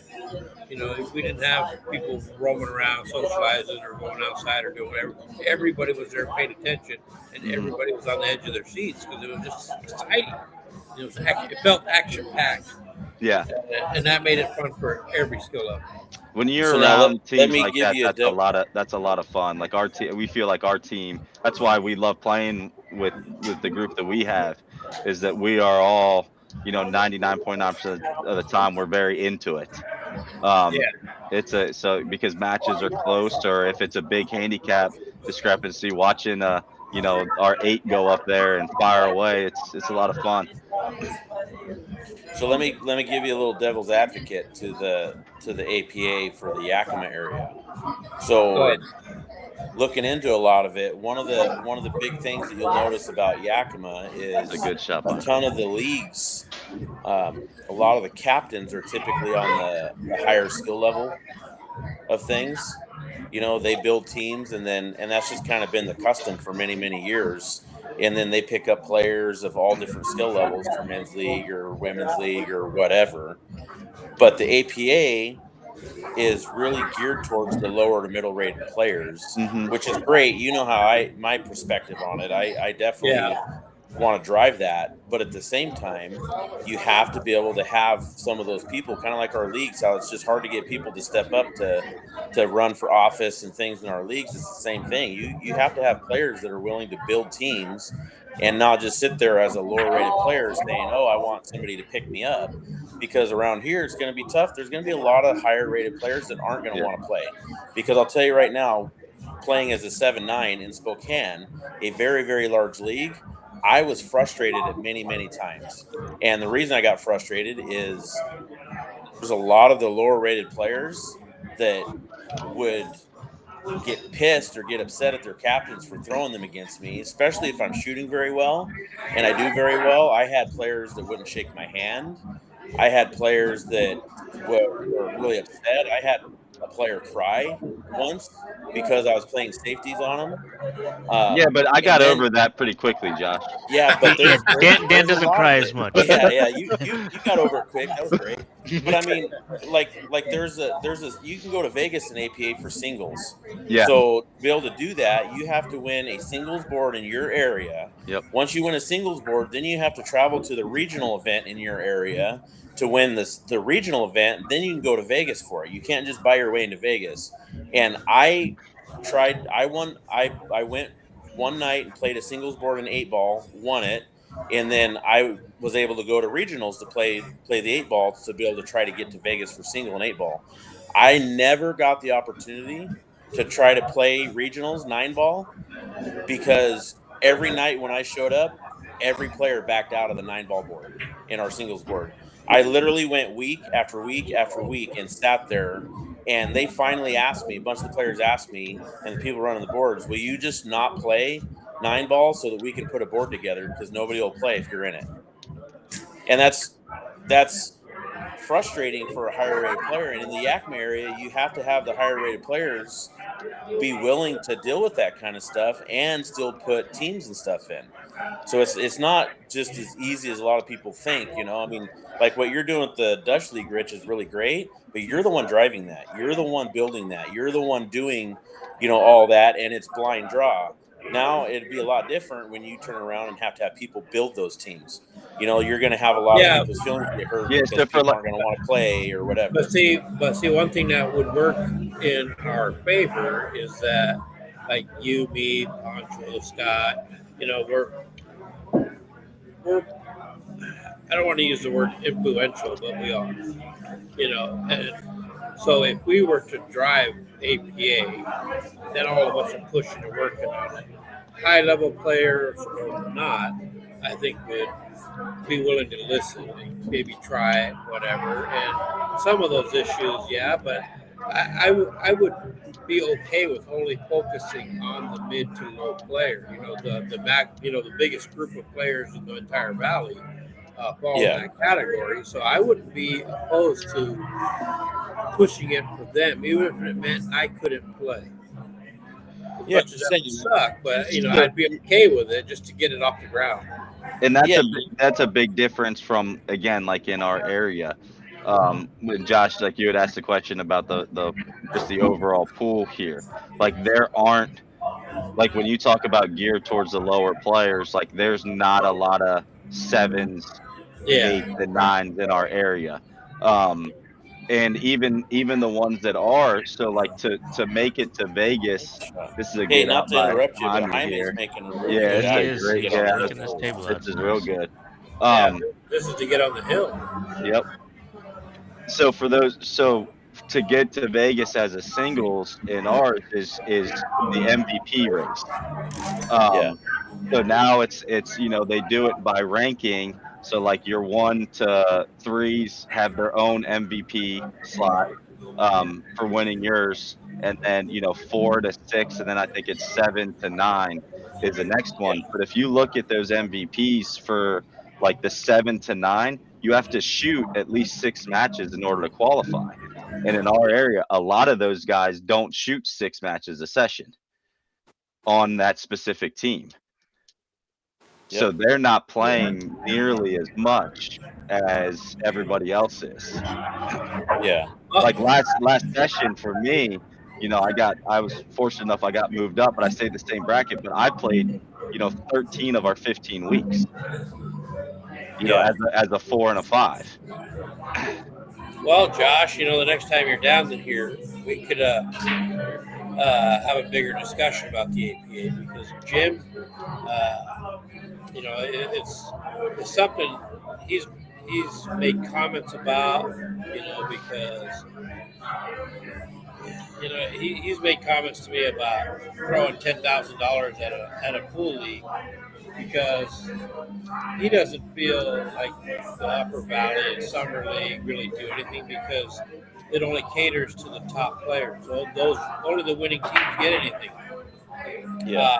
And so he understands too that the mid to low player is the largest group, and he loves, like BCA, how even the lowest rated player gets some sort of money back. It may not be a lot, but it's something, and that is enough to keep them coming. Well, another aspect about that, Rich, is our league is definitely dwindling. I mean, It from is. back in the day, we used to have so many teams here in Yakima. You had to qualify even on Wednesday nights to get into the city, A city tournament, and it's just it's been getting lower and lower every year. And when we had that APA for a little bit, I did not ask anybody that played pool to play on my team. I went around the bar and picked up people that just would come and pick up a stick every once in a while they're having a beer, and I asked them, and I asked them if they'd be interested, and most of them said the same thing. They didn't like playing leagues because they just get their butt kicked. And I said, well, it's going to be different. So, I explained it all to them about the handicap system, and they reluctantly, they tried it, and they all had a great time. And, those people that never really had anything to do with pool, they were out buying sticks and they were practicing, and, they were having a good time with it. So, and the bad part is, once our APA died up, those same people, they kind quit. of, yeah. Yeah, I mean, I've seen that a ton myself, and unfortunately, with the Upper Valley and stuff like that, it is dwindling for multiple reasons. One is, a bunch of us are getting older, and there's not really any new faces coming in, but we don't really offer anything to those coming in. Hey, come pay this amount of money to play and get your butt kicked every week, and then at the end of the season, you don't get anything. Yeah. So, there's no return on your investment. Oh, you get to go to a banquet and watch, the good teams get their jacket. So, really, there's not a lot there, whereas APA and things like that give money back. At least there's something. And BCA, you may not get a lot of money in return, but, you get to go to Lincoln City, you get to go to Vegas and play in your division. Yeah, and I think there's, again, with the BCA, I think because of how, like, the Fargo rate, it gives you more opportunity to play outside of your league. Where, for me, as an APA player, if I want to do any of those things, like with you, like, I wouldn't be able to do it. Yeah. Because I'm not established. And again, that's also a curse of where I live, because they have the league for APA, but they don't do much like tournament wise for APA players.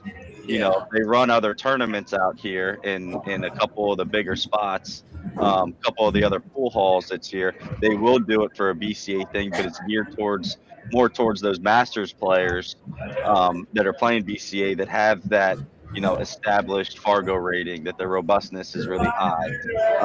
Where for me, like my robustness, I think is sitting at like 50. Well, I just don't have opportunities to get it up.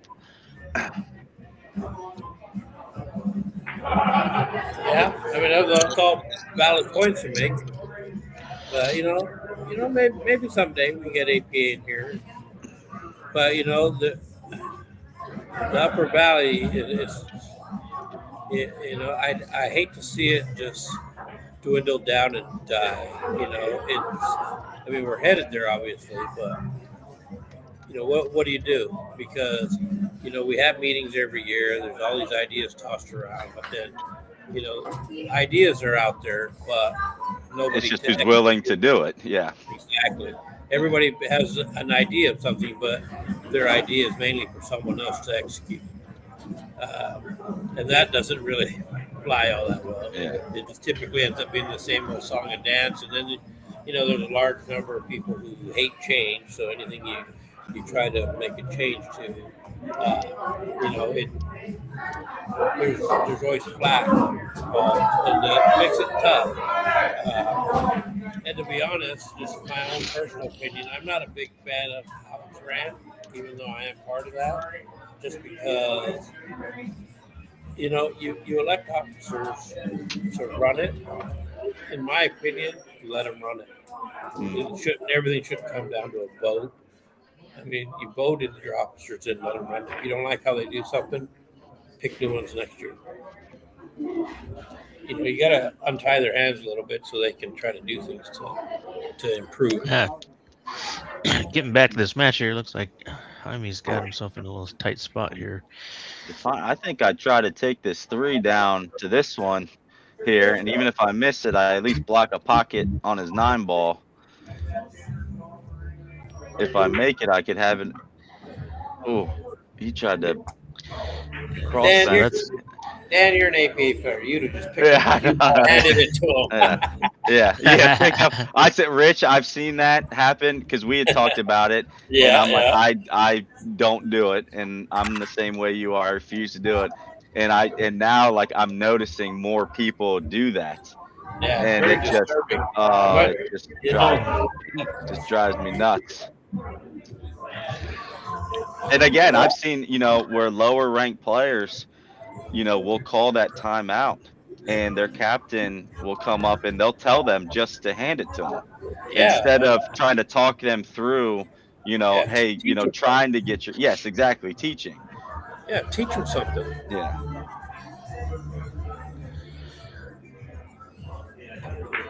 I don't know. There's a lot in Yakima Pool that needs to improve. All right, big chance for Pete to tie this up right here. He's got damn near 3 balls in the pocket here. Yep. So I think I'd take this one here first. I would too, just to that way. I don't have to go back. I'm not having to go back table. I have to hit one shot to get down table, and everything's kind of sitting in the pocket for me. Yeah, just dink that in there, and then dink that 10 in. Yep. He's going. What's he doing? The 9 here first? Yeah. See, I don't like those. Man. So there's a lot of movement here. Okay, he's back in business. Yeah, he might have got away with it, and he got the 3 ball close to the rail, or depending on where the 3 ball landed, if he happens to miss one. Man, that's just he's rushing his way through this, and bad things can happen. For this one here, just a little stop shot. I think we're going to be hill. That's a good shot. Good angle. Got a good angle too. Easy. Yep, natural angle. Just roll this one forward some and just pocket the ball, and you'll have natural shape. Nothing fancy. Pocket it. Just like that. Just like that. There you go. Get off that rail for him. And she's still okay. All right, folks. I like it. Yeah, it wasn't looking so good in the beginning, but no, Pete is bear down. And that's a good mid match out of this. Yep. I like it. Let me give him You got some the lead. applause there. Yep. There you go.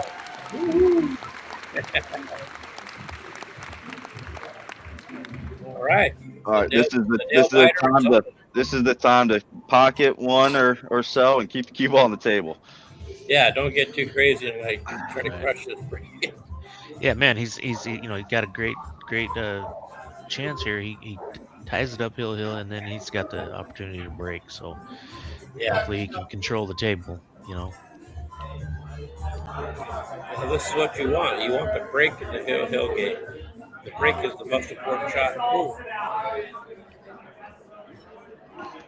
So the thing is to not overswing this and launch it off the table or something crazy. Just focus on hitting it solid. Maybe 75% speed will be plenty. Let's see if he's learned that lesson after the last few times. I think they both done it. Didn't Jaime in the early round jumping off the table? I think so. I know Pete's done it twice. Yeah, I think. But Pete, when he launches it, it comes off to the left. Yeah. Like You at the could bottom tell of the he's screen. And when Jaime did it, it went over there and hit another window. You could tell he has been thinking about the break too, because he's changed his positions each time he's broke. Yeah, and just so everyone knows, you couldn't see it on screen, but Pete walked over to Jaime and they did the hill fist bump. Which There we is, go. great Now he's made a sportsmanship. ball. This is perfect. This is good. Oh, he's got a nice starter. Yep. No, I like And the his stripe better. and his 13 down here goes. Oops. Yep. So I think basically I would start right here. Right there with a 10. Yep. Yeah, just kind of roll in this way. Don't do anything crazy. Don't hit it hard because that widens your tangent line. Yeah, so often though, people think they gotta hit a little harder with these cuts. Oh, Oh.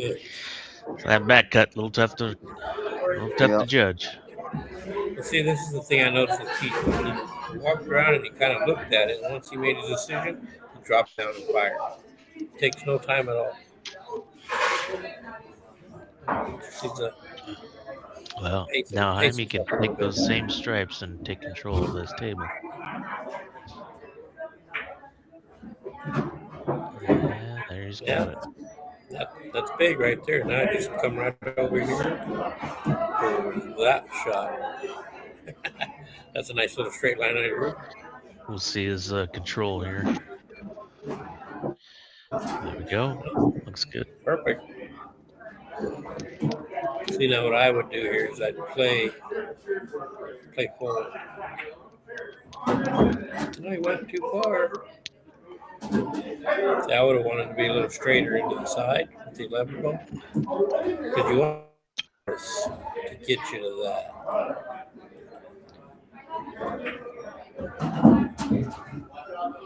Still got that opportunity right here. Still got it, right? Yep. Well, he's going in towards the 13, so. Yeah, can he roll the 15 straight? Is he straight on the 15? Roll the 15 just forward. He's gonna need to draw that back. Yeah, so this is where I'd want to remove that rack to make sure you don't slide and lose your draw, you know what I mean? The downside to this time ball is that's got to hit those balls and lay out perfect. Yeah. And it did not. Maybe he's just maybe he wanted to just stage it up there for a breakout shot later.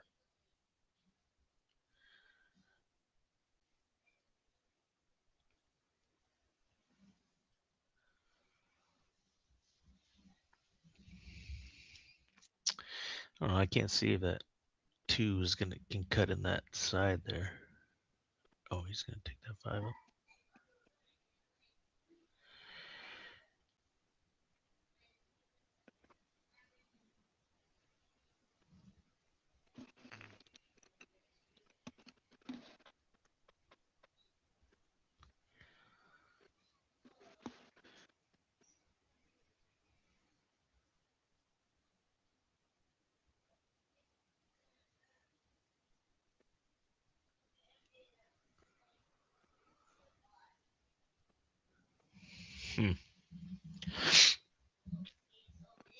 Well, I think cut that one and draw back out Draw of there. back. Yep. Yep. Yeah, he's got a pretty good cluster with this This right here. 726. Yeah. Yeah. But the good thing is, I mean, if you get back up on top side of that, you could play a It's an easy decent defense there. Yeah. and open some of that up a little. Yeah, I mean, if he could play this one, and then if he could play the 5 and get bottom side for the 6, like in this area over here, you can combo that 9 in. All your stuff will be open. Yeah, leave it sitting right there. The cue ball behind the 2 and 7. Oh, yeah, that's out. That would have been a nice thing for him. That 15 would have bumped that 7-2 and split it.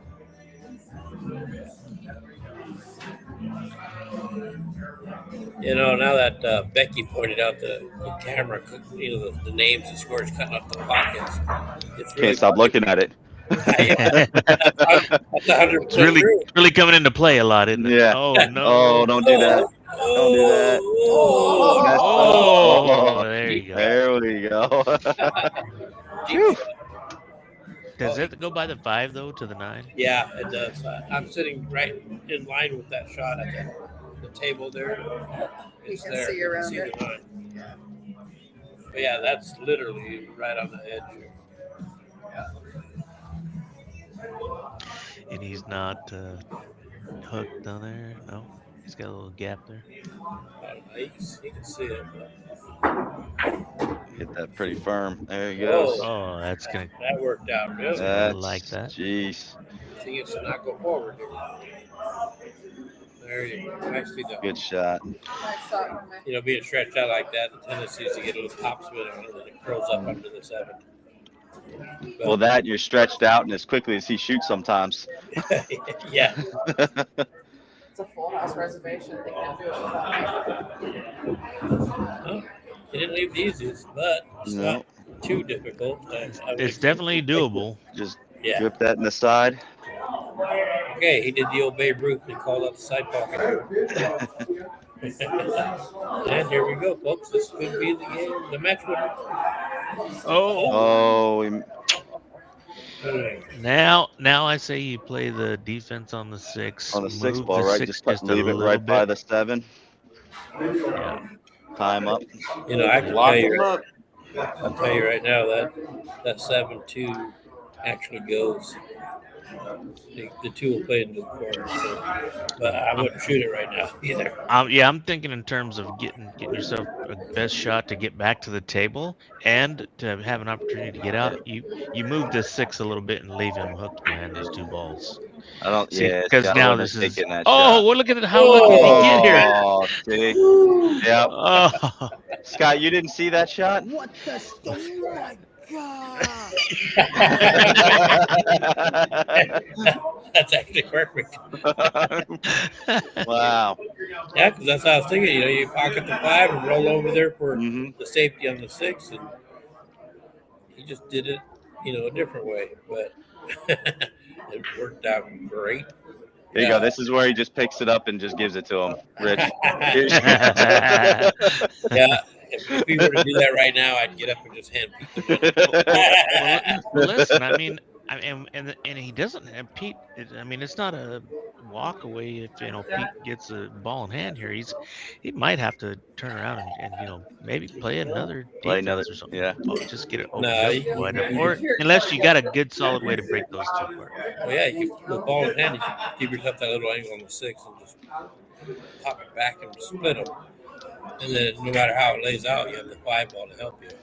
But I can tell you, we're as tight as this 2 ball, or cue ball is to the 2. There's not even Yeah, a kick at this.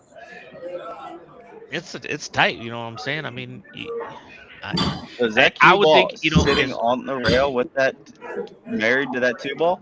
No, it's not on the rail. It's just slightly off, but it's real, and it's not married to the 2. But it's got a tiny gap. They're close enough to where he cannot go one rail like the line I just drew. So he would literally have to go kind of this way at it. It's in there. Yeah, can't even go one rail at it.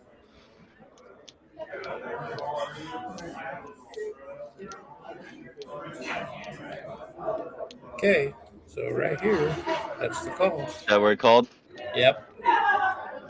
And that's right. You know, you come in 2 rails behind it. Ooh, man, that was close to a hit. That was. Well, the nice thing is he didn't break it out for him though either. Yeah, exactly. I'm missing it, so still Yeah. makes Pete here have to do a little bit of work. Yes. You know, like I mentioned earlier, I mean, if there's one way to play this, you could shoot the 5 right now, then the 6, and then play the 7-2 combo. The 2 low will combo into the corner there by the 5. Yeah, but if you're gonna go for the out, you got to start with the 4, and then the 5, 6, 2, 7. Last thing you want to do is try playing shape to that 4 last. If he's not getting his out here though, could he just get behind the 2 ball again and kind of just push it out, and then kind of tuck him behind the 7 again off the rail? Well, might be Yeah, one of the that's things probably he's his best shot. So we can all say what he should do here, but speaking of, you know, where his skill set is and everything, the best play here is to try to just get a little space opened up and play it safe. You know, Yeah. if you can, I mean, and get a better look at getting out. Yeah, but guys, this is Pistol Pete, man. He's probably gonna fire this combo in and get out. realistically, he could just clip this and come up here and stay up in here. Yeah. Yeah. The 8 doesn't pass the 4. Even though he Uh-huh. can see every bit of it, he'd have no shot, and this cluster would be open.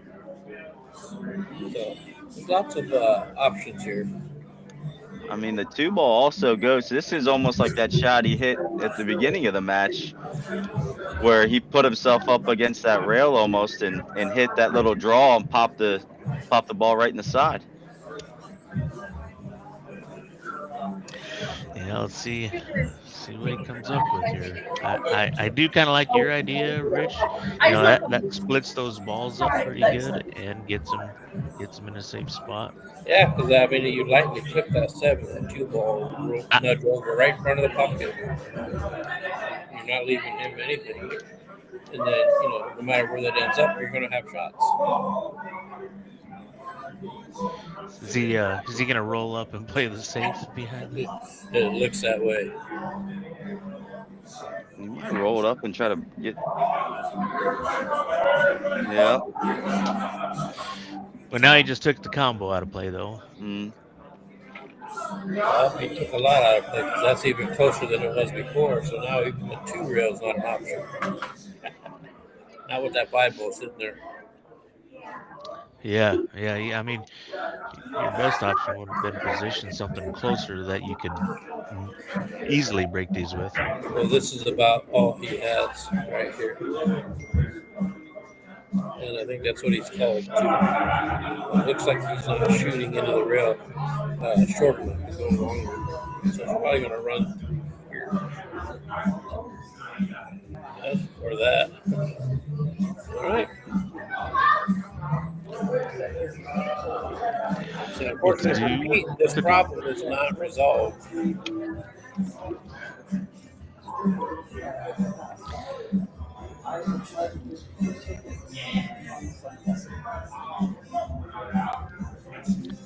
Yeah, I mean, if he only could see what you were talking about there, Rich, that makes the most sense. You know, gets those 2 apart. And, I think he's going. Oh, to, he's got that's some room where, with the 2 now, huh? This is that's what I thought he had before. If he was looking to get that out right away. Well, I can tell you, I have not been asked to watch this. There is a gap in it, but you know, the true sign of a double hit is if they take off at the same speed. So He might try that little pop stroke he did before. Jack up a little bit on it. Yep. yeah, he's playing that. He did this earlier. Hit a good one too. Yeah, that There you go. that right Yep. there might be That, the he's winner. he's in a good spot here now. Yeah, but like Josh mentioned, That you 4 got is to going to deal be with that tough. 4. Yeah. You don't want to leave that as your last ball. See, you hit that too Or hard. be Too behind the much. 7. Well, he still has the 6. He's Left. got Yeah, the you got. 6 ball You know, here. would He Yeah, have has the hopefully this 6. gets him to the 4. yeah, that's what he needs to play for now. But he would have wanted to be, maybe half of that distance. So he could play the 7 first. Oh, not going to get it. Short on both. Well, Yeah. Now this is all about speed. Just get on that other side.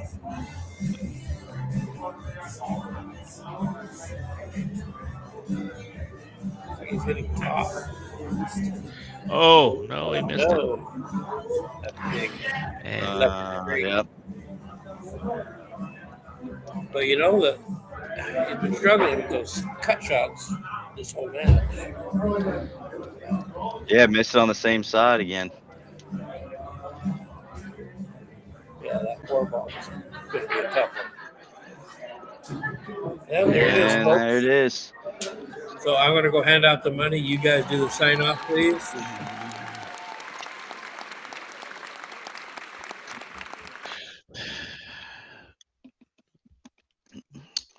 all right, well, That was a lot of fun, man. I'm glad I was asked to do this. yeah, it's good to hear from Dan.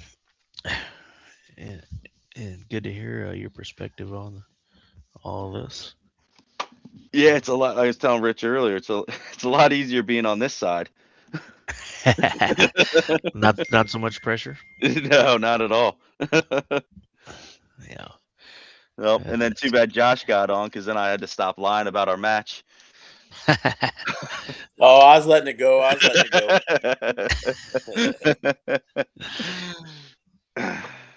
All right. Well, anyway, I guess that'll do it. This wraps it up. Jaime comes out on top. At least they made it a good match, and Pete got back in there and got a hill. Yeah, right down to the wire, man. I wish he could have pulled it off. Like I said, I think Pete's been playing a lot better than he kind of showed tonight. He might have had a little bit of nerves, but hopefully he'll do it again. And, Yeah, he came back with pretty good. That was good. So we'll see if he can get him interested in doing some more, maybe get those nerves under control. All right, you guys, take her easy, and we'll catch you on the next one. Perfect. Thanks again, guys.